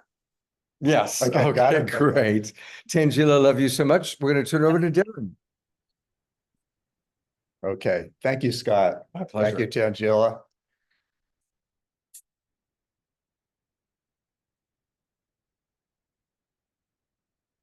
So thank you so much for getting out on your Sunday morning to come down here to experience quantum healing. The reason that you showed up must be that something inside of you said yes and drew you here. That's the way it is, right? Like a big part of the art of living is hearing those voices that tell you something that takes you to a higher level and learning to say yes, not maybe or later, but yes. So you said yes, so thank you. So my name is Darren Starwynn. I live here in this local area. I live in Fairfax, which is only about a half-hour drive from here, a beautiful place in the mountains. And I live with Karina, who's my partner here in the front. We were just out doing swing dancing last night, getting all ready for this today. So I mentioned in the promotional material for this talk today, can you hear me okay? Okay. I said, this is not a talk, it's an experience. Ding, something just dinged here. So how many people here would like to have an experience today? How many people would rather have an intellectual discussion? Okay, unanimous. Okay. There'll be some of that too. Both, okay, that's right, both, because you want to understand it with your mind, feel it in your heart, and then have your quantum divine self activated. Is that a good combination? Because all that can happen, but if you want to, you have to just ask. If you want that, you can have it. So the name of the talk today is 5 Quantum Keys to Heal Like a Master and Produce Miracle Results. And I know there's a lot of people who are receiving this on live stream because I know Scott and Tanjila are sending this out on many of their channels. So anybody who's with us on live stream, welcome, welcome also.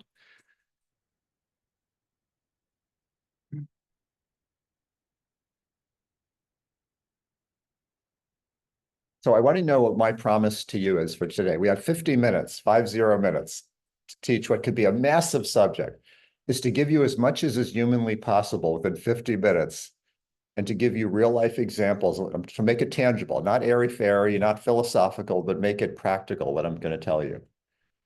Second thing is to offer you an experience of the quantum field that you can feel for yourself.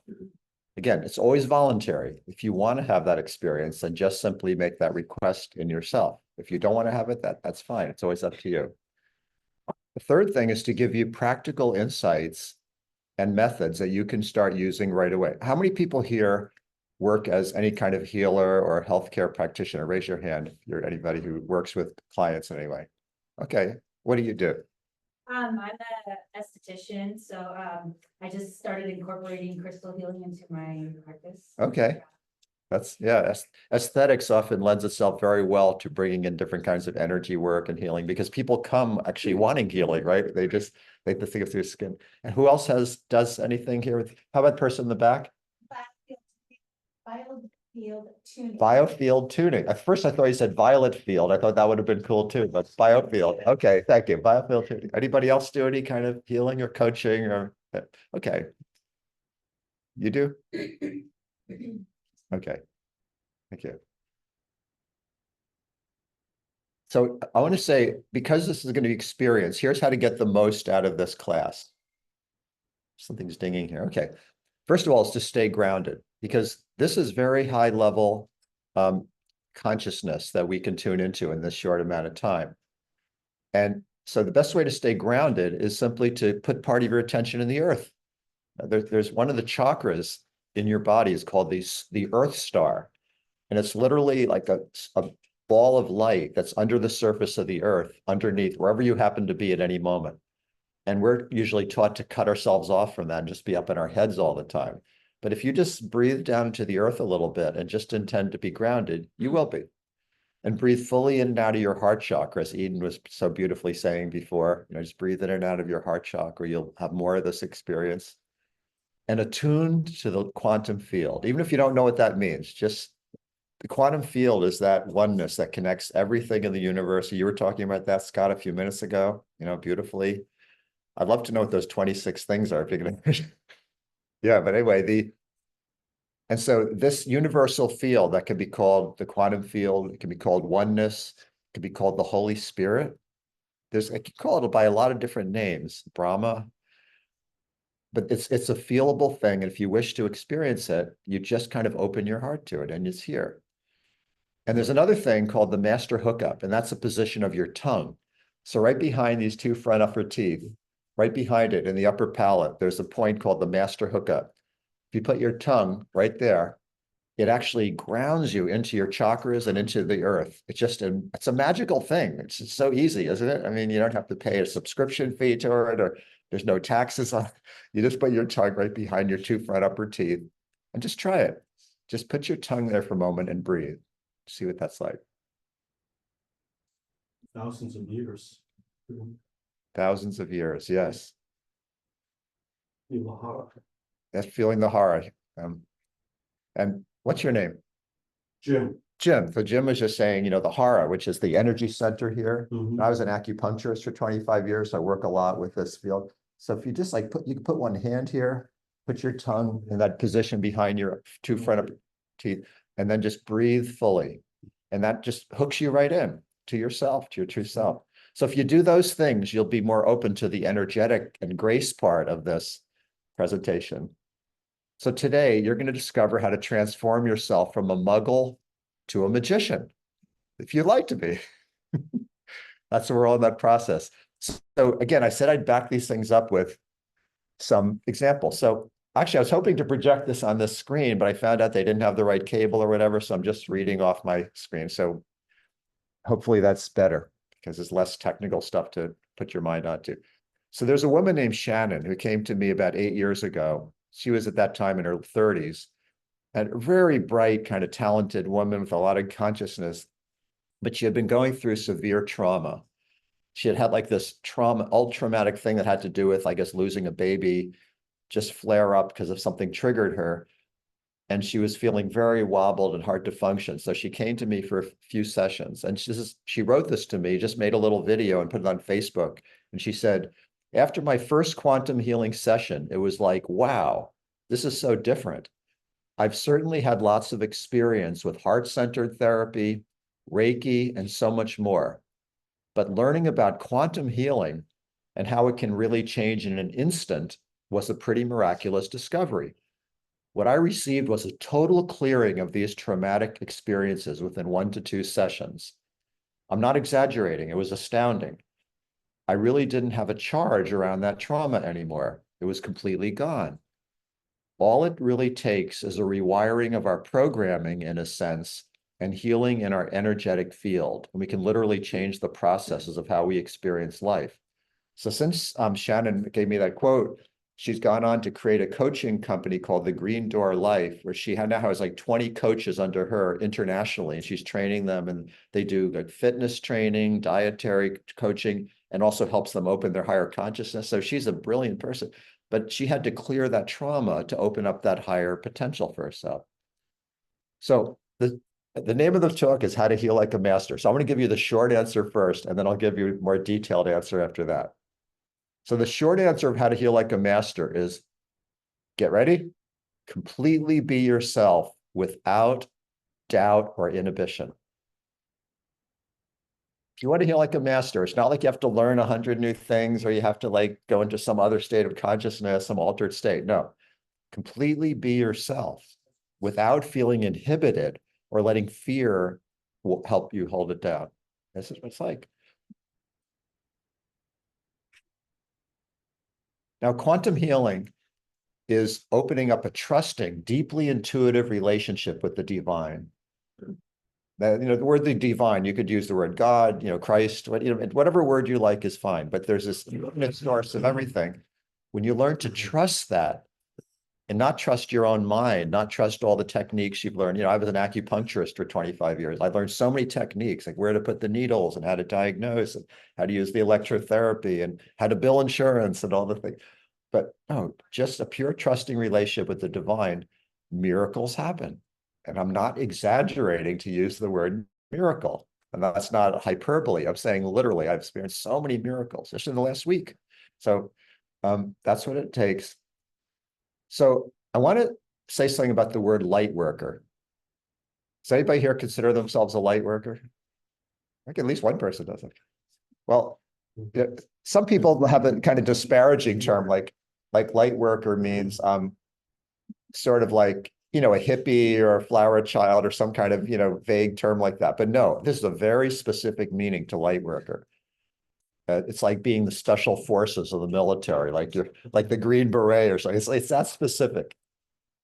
What? We'd love it. Yeah, if we could do that. Okay. Thank you. It would be great if we could show the pictures. And thank you, Barbara, for your efforts to try to make this happen. Okay. This way you can see all the nice pictures I made. Yeah. And I guess we still plug that in. Yes. Okay.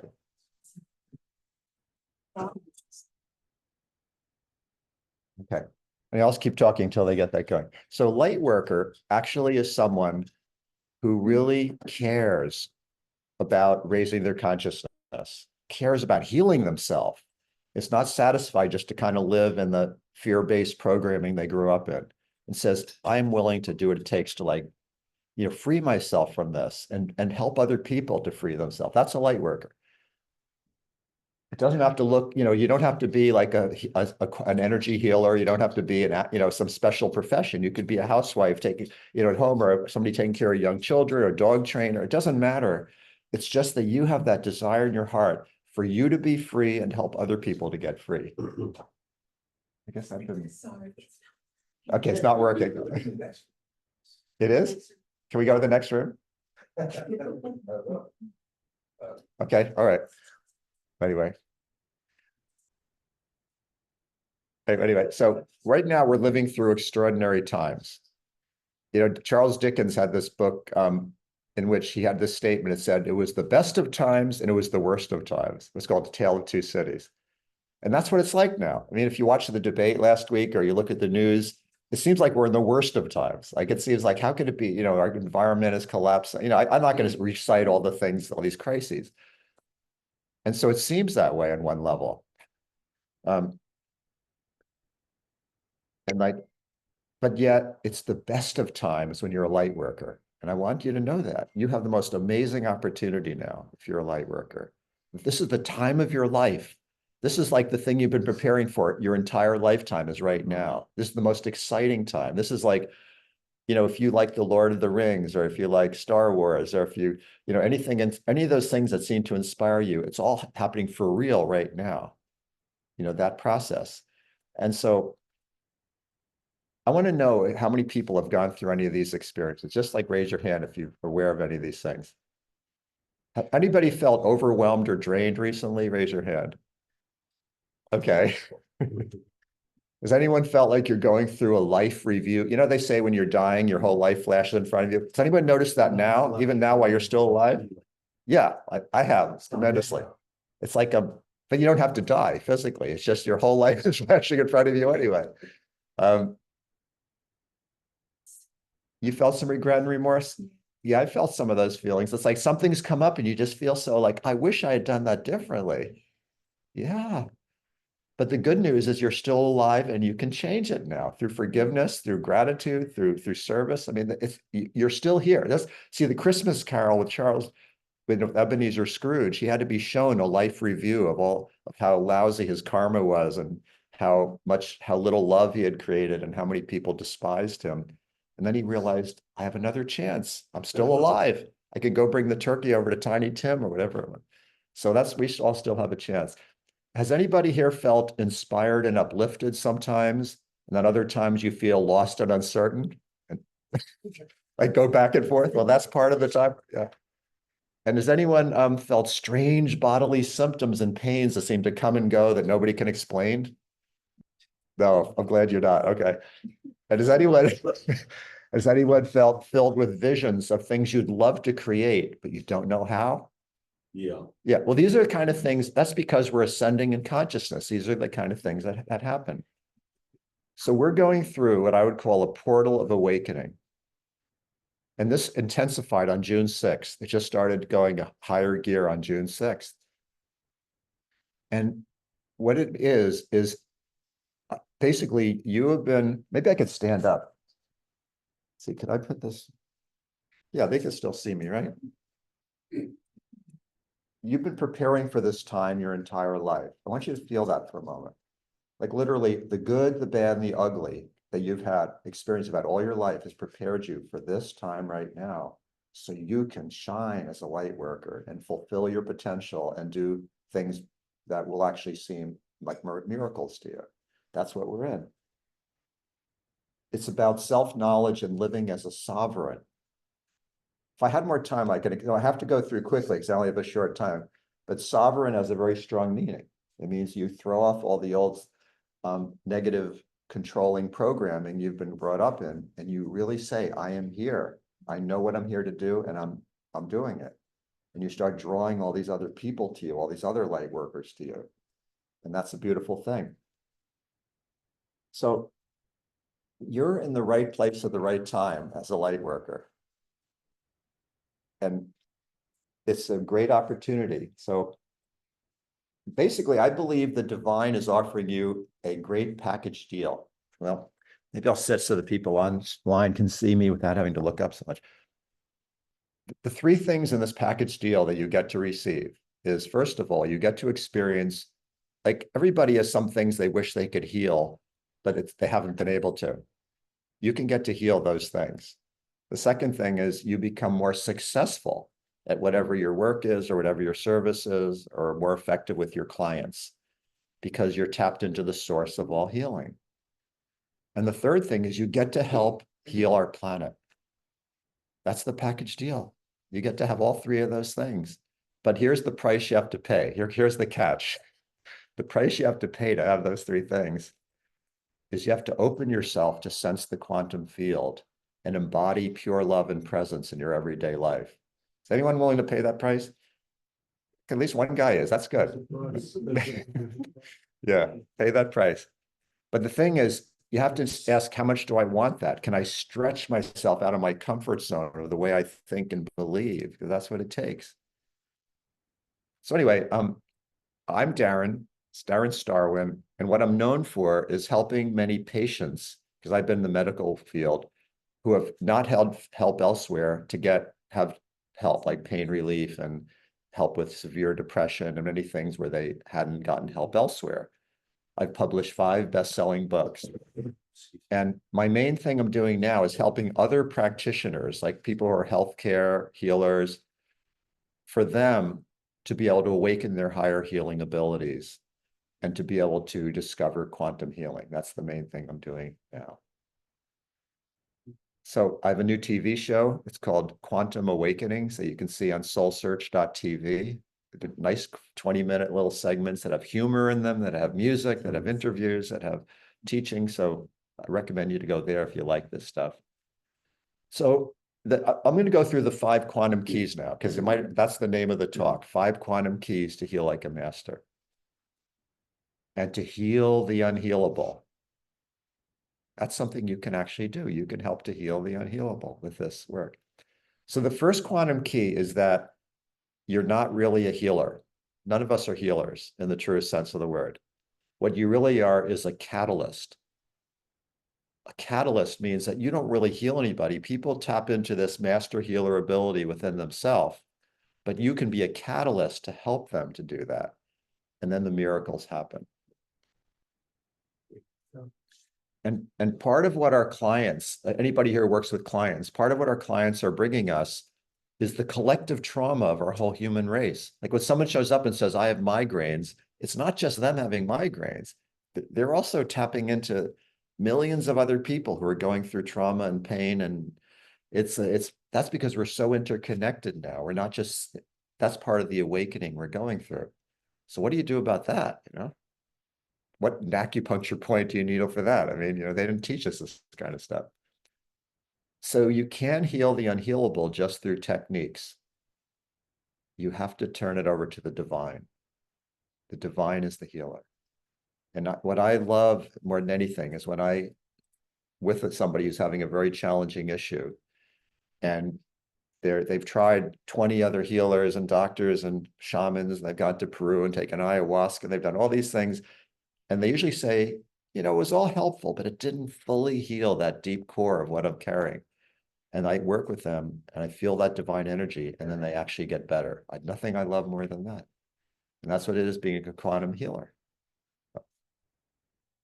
So you ground yourself in this field. So let's just take a moment right now for this. So just like just a mini meditation, if you like to join, it's just sit up straight.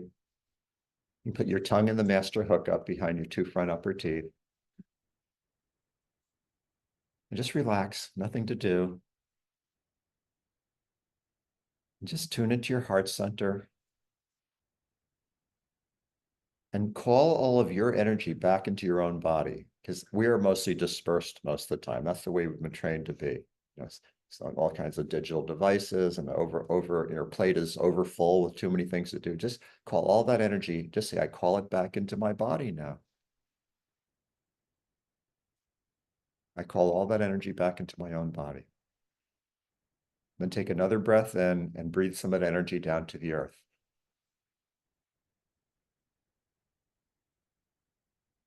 Just sense that.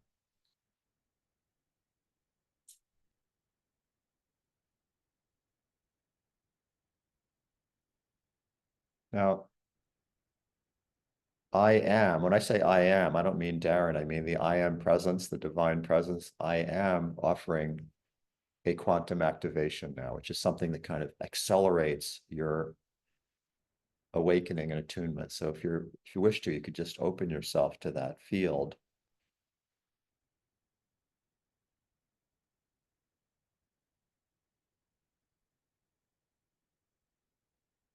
Just feel the love in your heart that is your true self.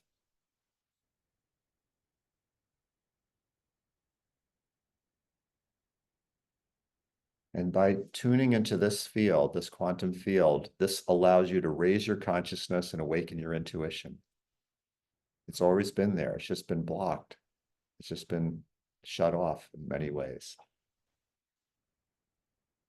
And you can perceive the real, often hidden causes of pain, depression, disease, and people who are held back in their life in various ways. Instead of just seeing the surface, you can see the deep underlying reasons people have these things and help them to shift it.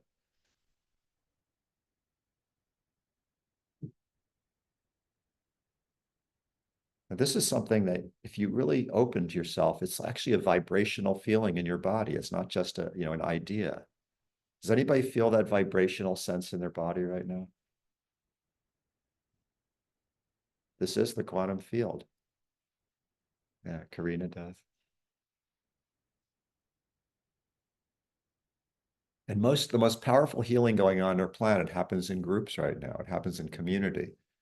It's not so much the time for like one person giving one person a healing. That's still happening. Of course, that's important, but the most miraculous healing happens when we get together in these groups of light workers and we bring in this quantum field, and then there's like a multiplication effect of the healing, and it spreads out to all life.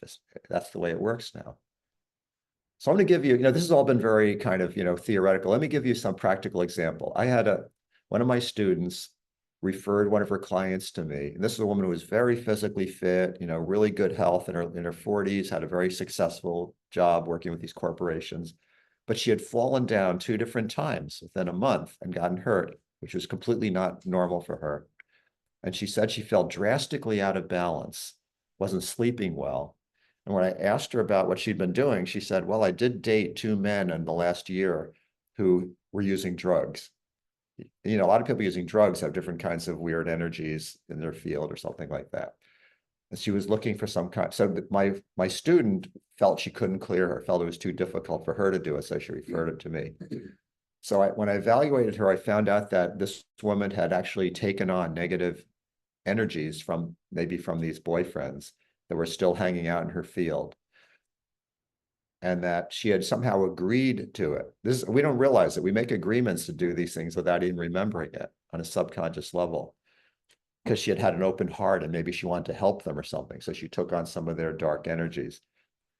So during the quantum healing session, we worked with this quantum field to clear those out, which they went, aligned her energy, or what's called her assemblage point, and balanced her chakras.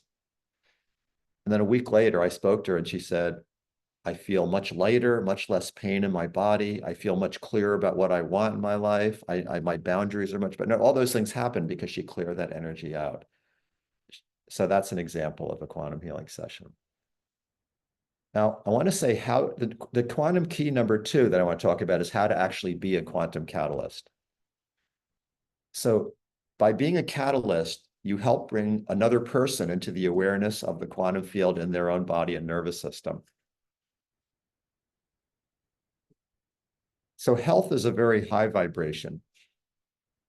And so when you bring this high vibration into the body, sickness and pain and depression can't stay because those are low vibrations. So they just tend to dissolve. And so when higher light is transmitted in the body, they fall away. And so this positive energy moves through you. It actually affects your body through what's called epigenetics. And if you go to my TV show I mentioned on SoulSearch.tv, there's a whole 20-minute episode about epigenetics and how you uplift your frequency through that. But it basically means whatever input comes into you is going to just change your body. It remodels your body through the DNA, through which genes are expressed in your DNA. So that's called epigenetics. It's remarkable. So that means even if your parents had cancer or heart disease or diabetes, and you don't have to inherit it, you can shift that pattern through epigenetics. Or if you've been stuck in a certain pattern, you can shift that through epigenetics. Okay, that's now quantum key number 3.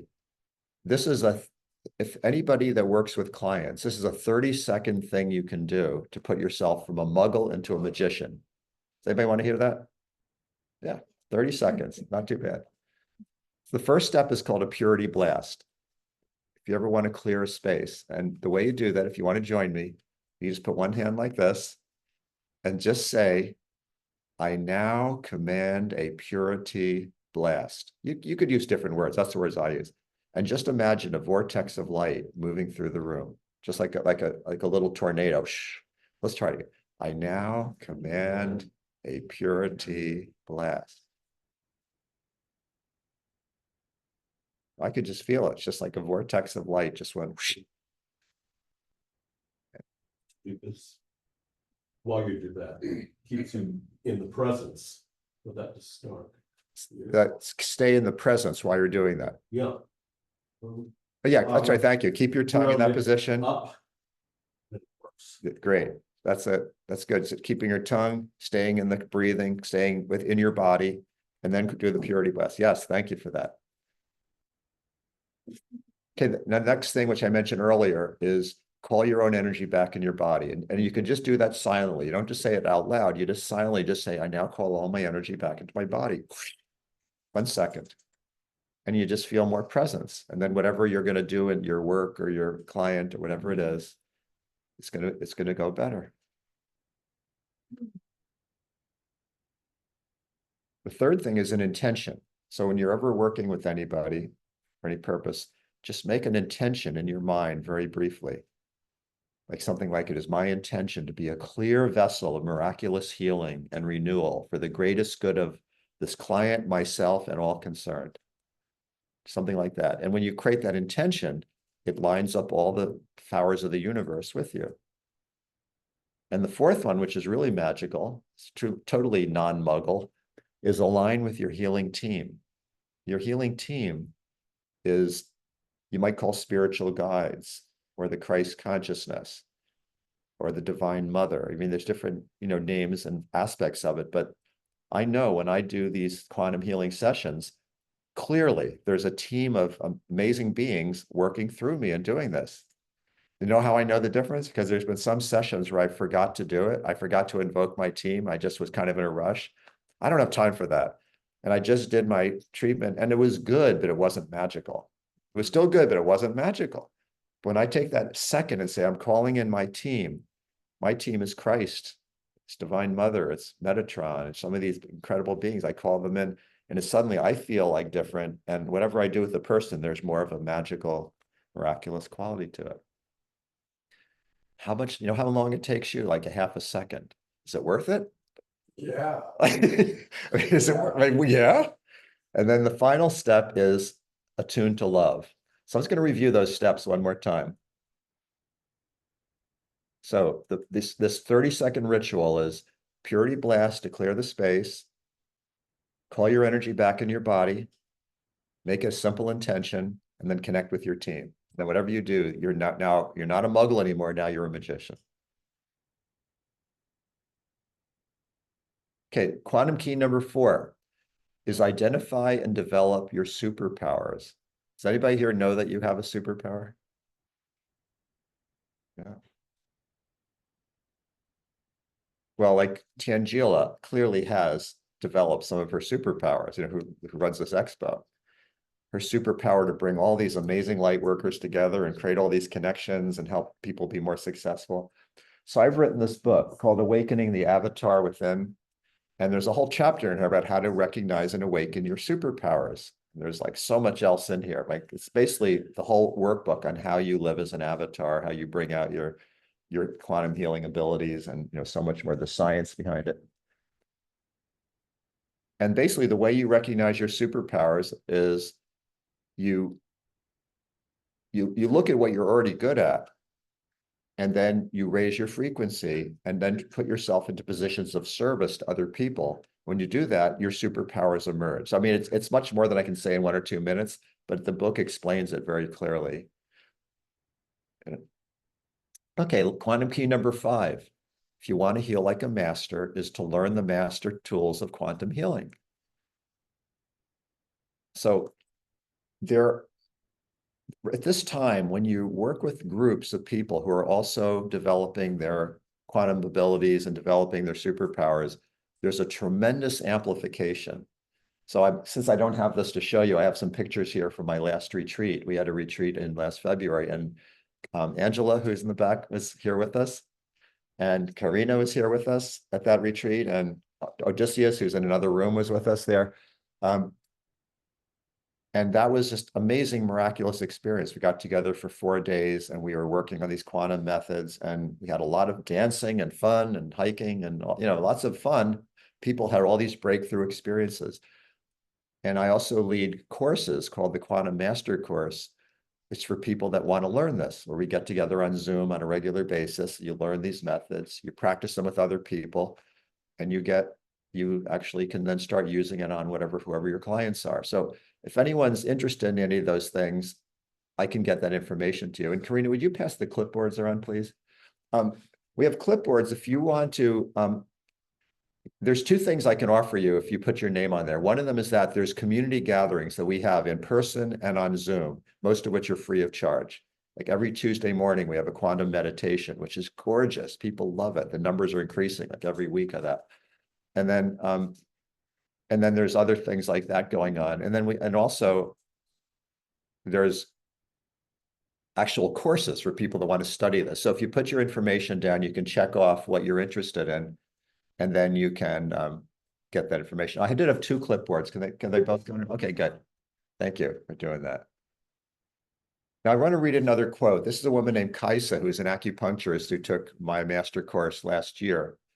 And she was a very left brain kind of muggle kind of acupuncturist. I mean, very skilled at what she did, but not that open to the spiritual side. But she wanted to be. So she found me somewhere online and took this course. And here's what she wrote. She just didn't write this. She just said it to me on a phone call. She said, I feel completely different in a really good way. Just a whole other level working with my patients. I'm sensing more of what my patients are experiencing on an energy level. But overall for myself, I just kind of took off and went to another level with my work. And it's really amazing. I just feel another level of intuition working with my patients. It's a lot clearer. And their treatments are even more effective and faster. And I have a bunch of those. So nothing I've been sharing with you today is really theory or ideas. These are all actual experiences and clinical methods that my students and I have used to create transformational breakthrough results. So quantum healing is actually a system that's based on thousands of hours of clinical experience and science. So how much time do we have left, Scott, before this is over? It is 11:40. Yeah, 15 minutes. 15 minutes. Okay, good. So let's have some more of the experiential here. And again, I really appreciate you showing up here and being interested in this. So I actually have some music I can put on that I think you can hear from my computer speakers at least. That really will help with the meditation.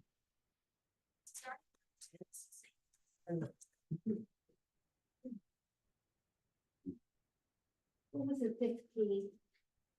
The fifth key was learning the actual methods of quantum healing.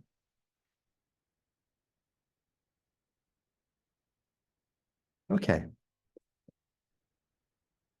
And to those who are here online with us, thank you for being with us.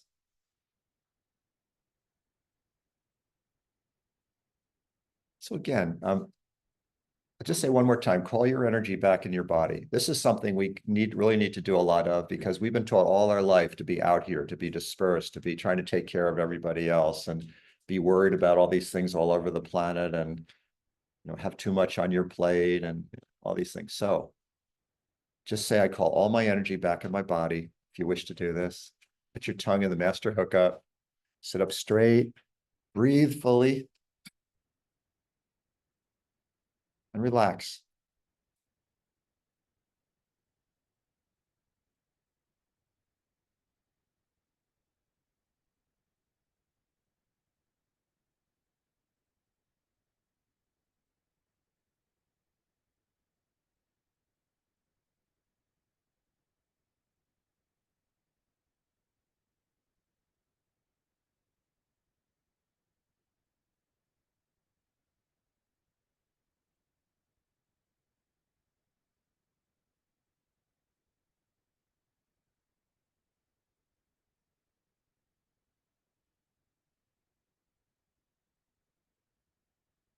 I see there's been a lot of comments here online, and I'll read them after we're done here.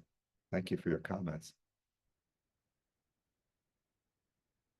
And just feel that connection on the tip of your tongue. Just feel it drawing you within into that grounded state.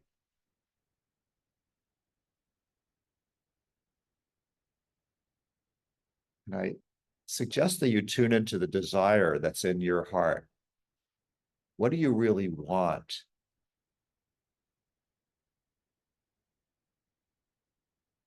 What would you love to experience? This is really worth considering.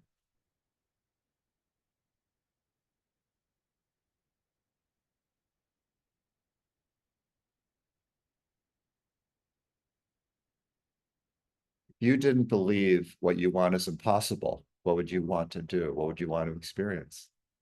If your dreams that you were dreaming about, you didn't say, oh, I'm not good enough, or I don't have what it takes, or I'm too old, or I'm too young, or I don't have enough money, or if you just put all that stuff aside, just what you'd love to experience, just take a moment to reflect on what that is.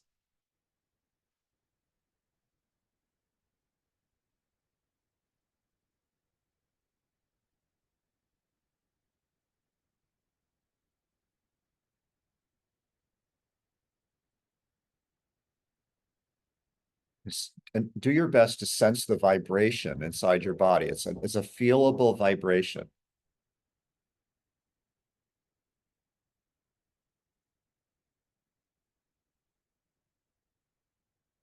Most people don't take the time to feel inside their body unless they're either in pain or having sex. Those are the only two times they ever, or they have indigestion or something. But no, there's a beautiful like field in your body that you can learn to just be so nurtured by. It's the quantum field. And if you have a request for healing for yourself, there's something you'd love to have healed in you. Just notice what that is.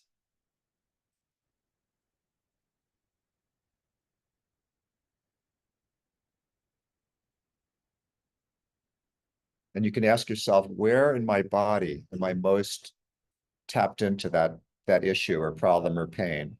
You know, if you have pain in your knee, it's pretty obvious where it is. But if it's more of an emotional imbalance or broken heart or something like that, you just ask yourself, where in my body is the entry point to that feeling? And put the palm of one of your hands over that area. Keep breathing fully.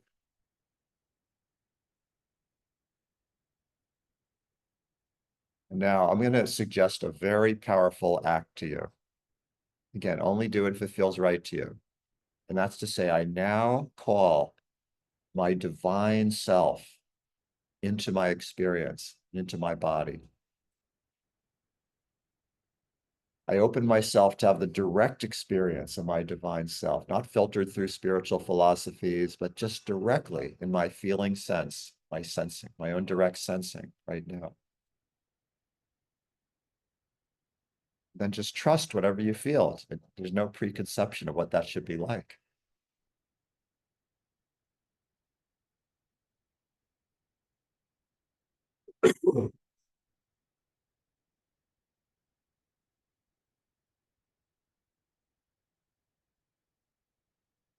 And then there's something, how's the healing works is that connect that sense of your divine self, however you notice it, with that part of your body that connects to the pain or the issue that you want to have healing for.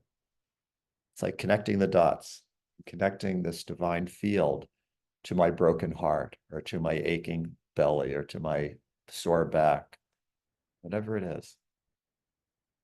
Allow those two to meld and merge. It's called spiritual alchemy when you allow those two to really blend together.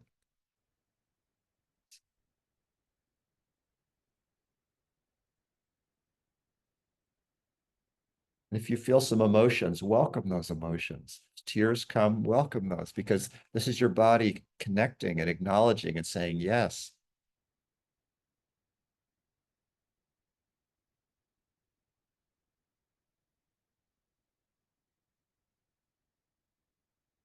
Just relax even more. There's nothing to do here. This is all just allowing.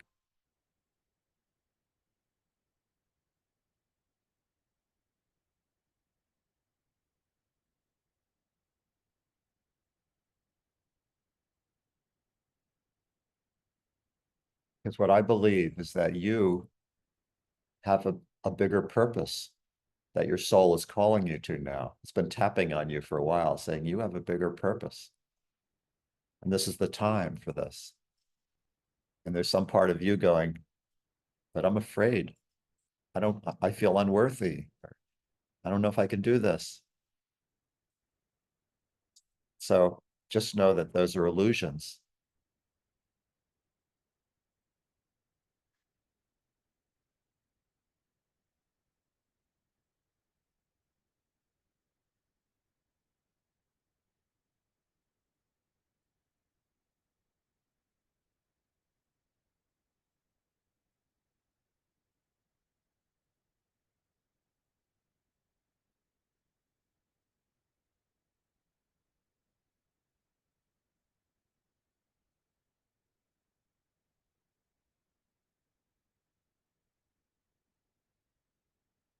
You could simply ask your own higher self, what's next for me?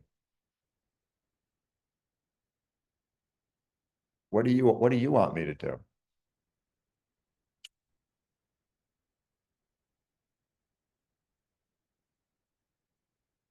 What's my marching orders?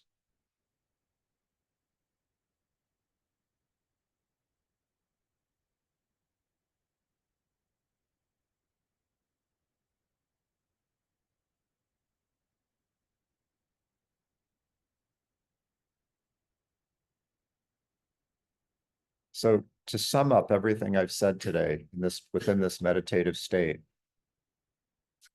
light workers are very powerful people. The fact that you're in this room right now, or you're online listening and you're still here with us, means you are a light worker. You're a very powerful being.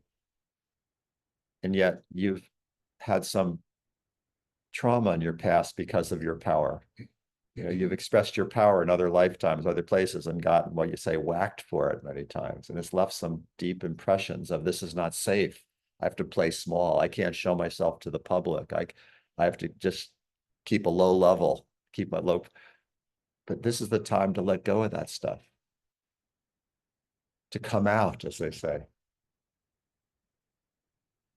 So I found that when we get together in these groups, this is a little small group, this is an example of it. Or I have these other ones where we get together over, each week and we really go deep in working together. It's much, much easier to release those old fears and patterns and inhibitions and to really come into your power and your mastery. It's much, much easier. And that's what we call the miracles that happened at that time.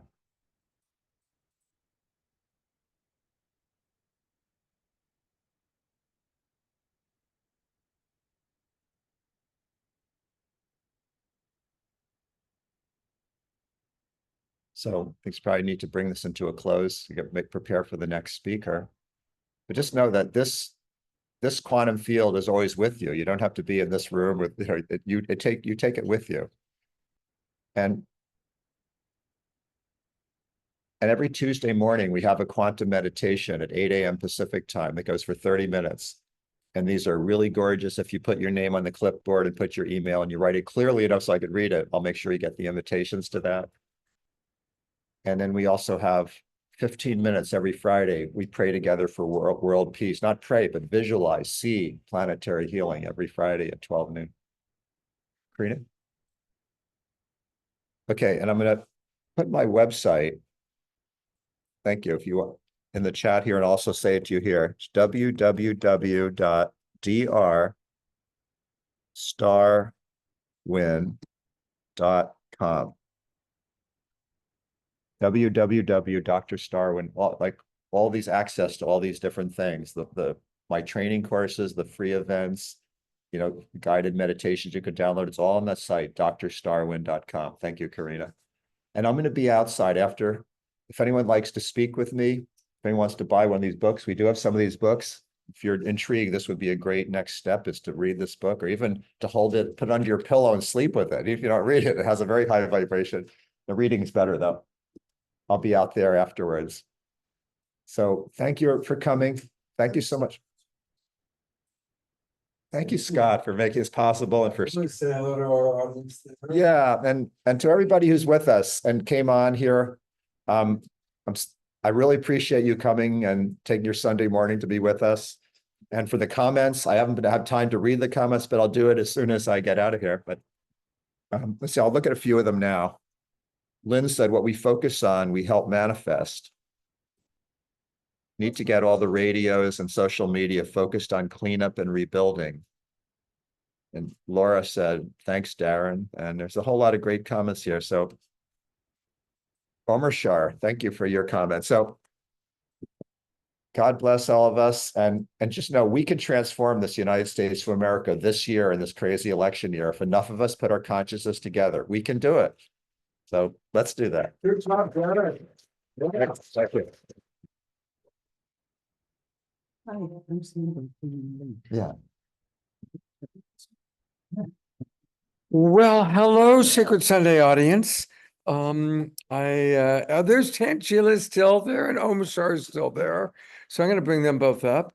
We're going to, everybody's kind of leaving the room and more people coming in. There's lovely Karina. What a beautiful return to the Sacred Sunday show we've had today.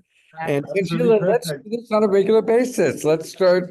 Love to. We have so many events coming up in the Bay Area, so let's plan this together and bring back Sacred Sunday, because I love gathering. Of course, we love gathering in community, and to do it both with in the live and then the online community. It's amazing. It's amazing. It is. It's really fun. The hybrid experience is happening. So, and next Saturday night is another SoulSearch Awakening World Show. Yes, definitely. So we'll all be together for the SoulSearch Awakening show on July 6th. And for all of you, thanks so much for tuning in and joining us for this beautiful Sacred Sunday show. I did put in the chat that you can watch Darren's show on soulsearch.tv, Quantum Awakenings. If you guys have not checked it out yet, it's totally free to watch. Just go to soulsearch.tv or download the SoulSearch TV app on your Roku, Amazon Fire, Android TV, Apple TV, or on your mobile phone. And you can watch his show and many others. But I love Darren's show because it has comedy, it has music, it has teachings, it has transmissions. So definitely check it out. And if you want to keep watching the next speakers, we're going to close out the Sacred Sunday show, but you can continue watching on the SoulSearch Facebook page or the SoulSearch YouTube channel as well. So you guys can do that. We'll have those online, where Scott has been our inspiration to start doing these live streamings, which I've always wanted to. So thank you, Scott, for being the inspiration and the catalyst, talking about catalysts for this. You're on mute, Scott. Turn your mic on, brother. You're still in. You want to do another song to close us out? No, I won't, because I've actually packed it all up. I was actually gonna go outside in the sunshine, and Darren was so engaging, and his information was so pertinent to me and powerful. I chose to stay and be present with it all. But I actually have turned my keyboards off. All right, well, then we're going to wrap up the Sacred Sunday. We'll see you all on Wednesday night for the Awakening World. It's going to be a really good one. We're doing a book launch for a very fascinating book. And the next Saturday night, back with Tanjila and Omashar and SoulSearch TV luminaries, including Kalina. So it's going to be really, really beautiful. Wonderful. Well, thank you so much, Scott, for joining live. Hope you have fun at the expo, seeing old friends and new. And Omashar, thank you for all your beautiful music today. It was so beautiful. And everyone for your awesome energy and just coming together. Happy Sacred Sunday, everybody. Namaste. Sunday. That sounds like. That's Tanjila. I just wanted to say hi. Oh, Sweetie, I'm here. Good to see you, darling. How are you? Getting ready for the next talk? Yeah, All right. Wonderful. And Jasmine Bear and Barbara's dog are here now playing. So. Oh, that's so fun. Winston and Jasmine Bear. Love it. Okay. Take care. Bye. Everybody.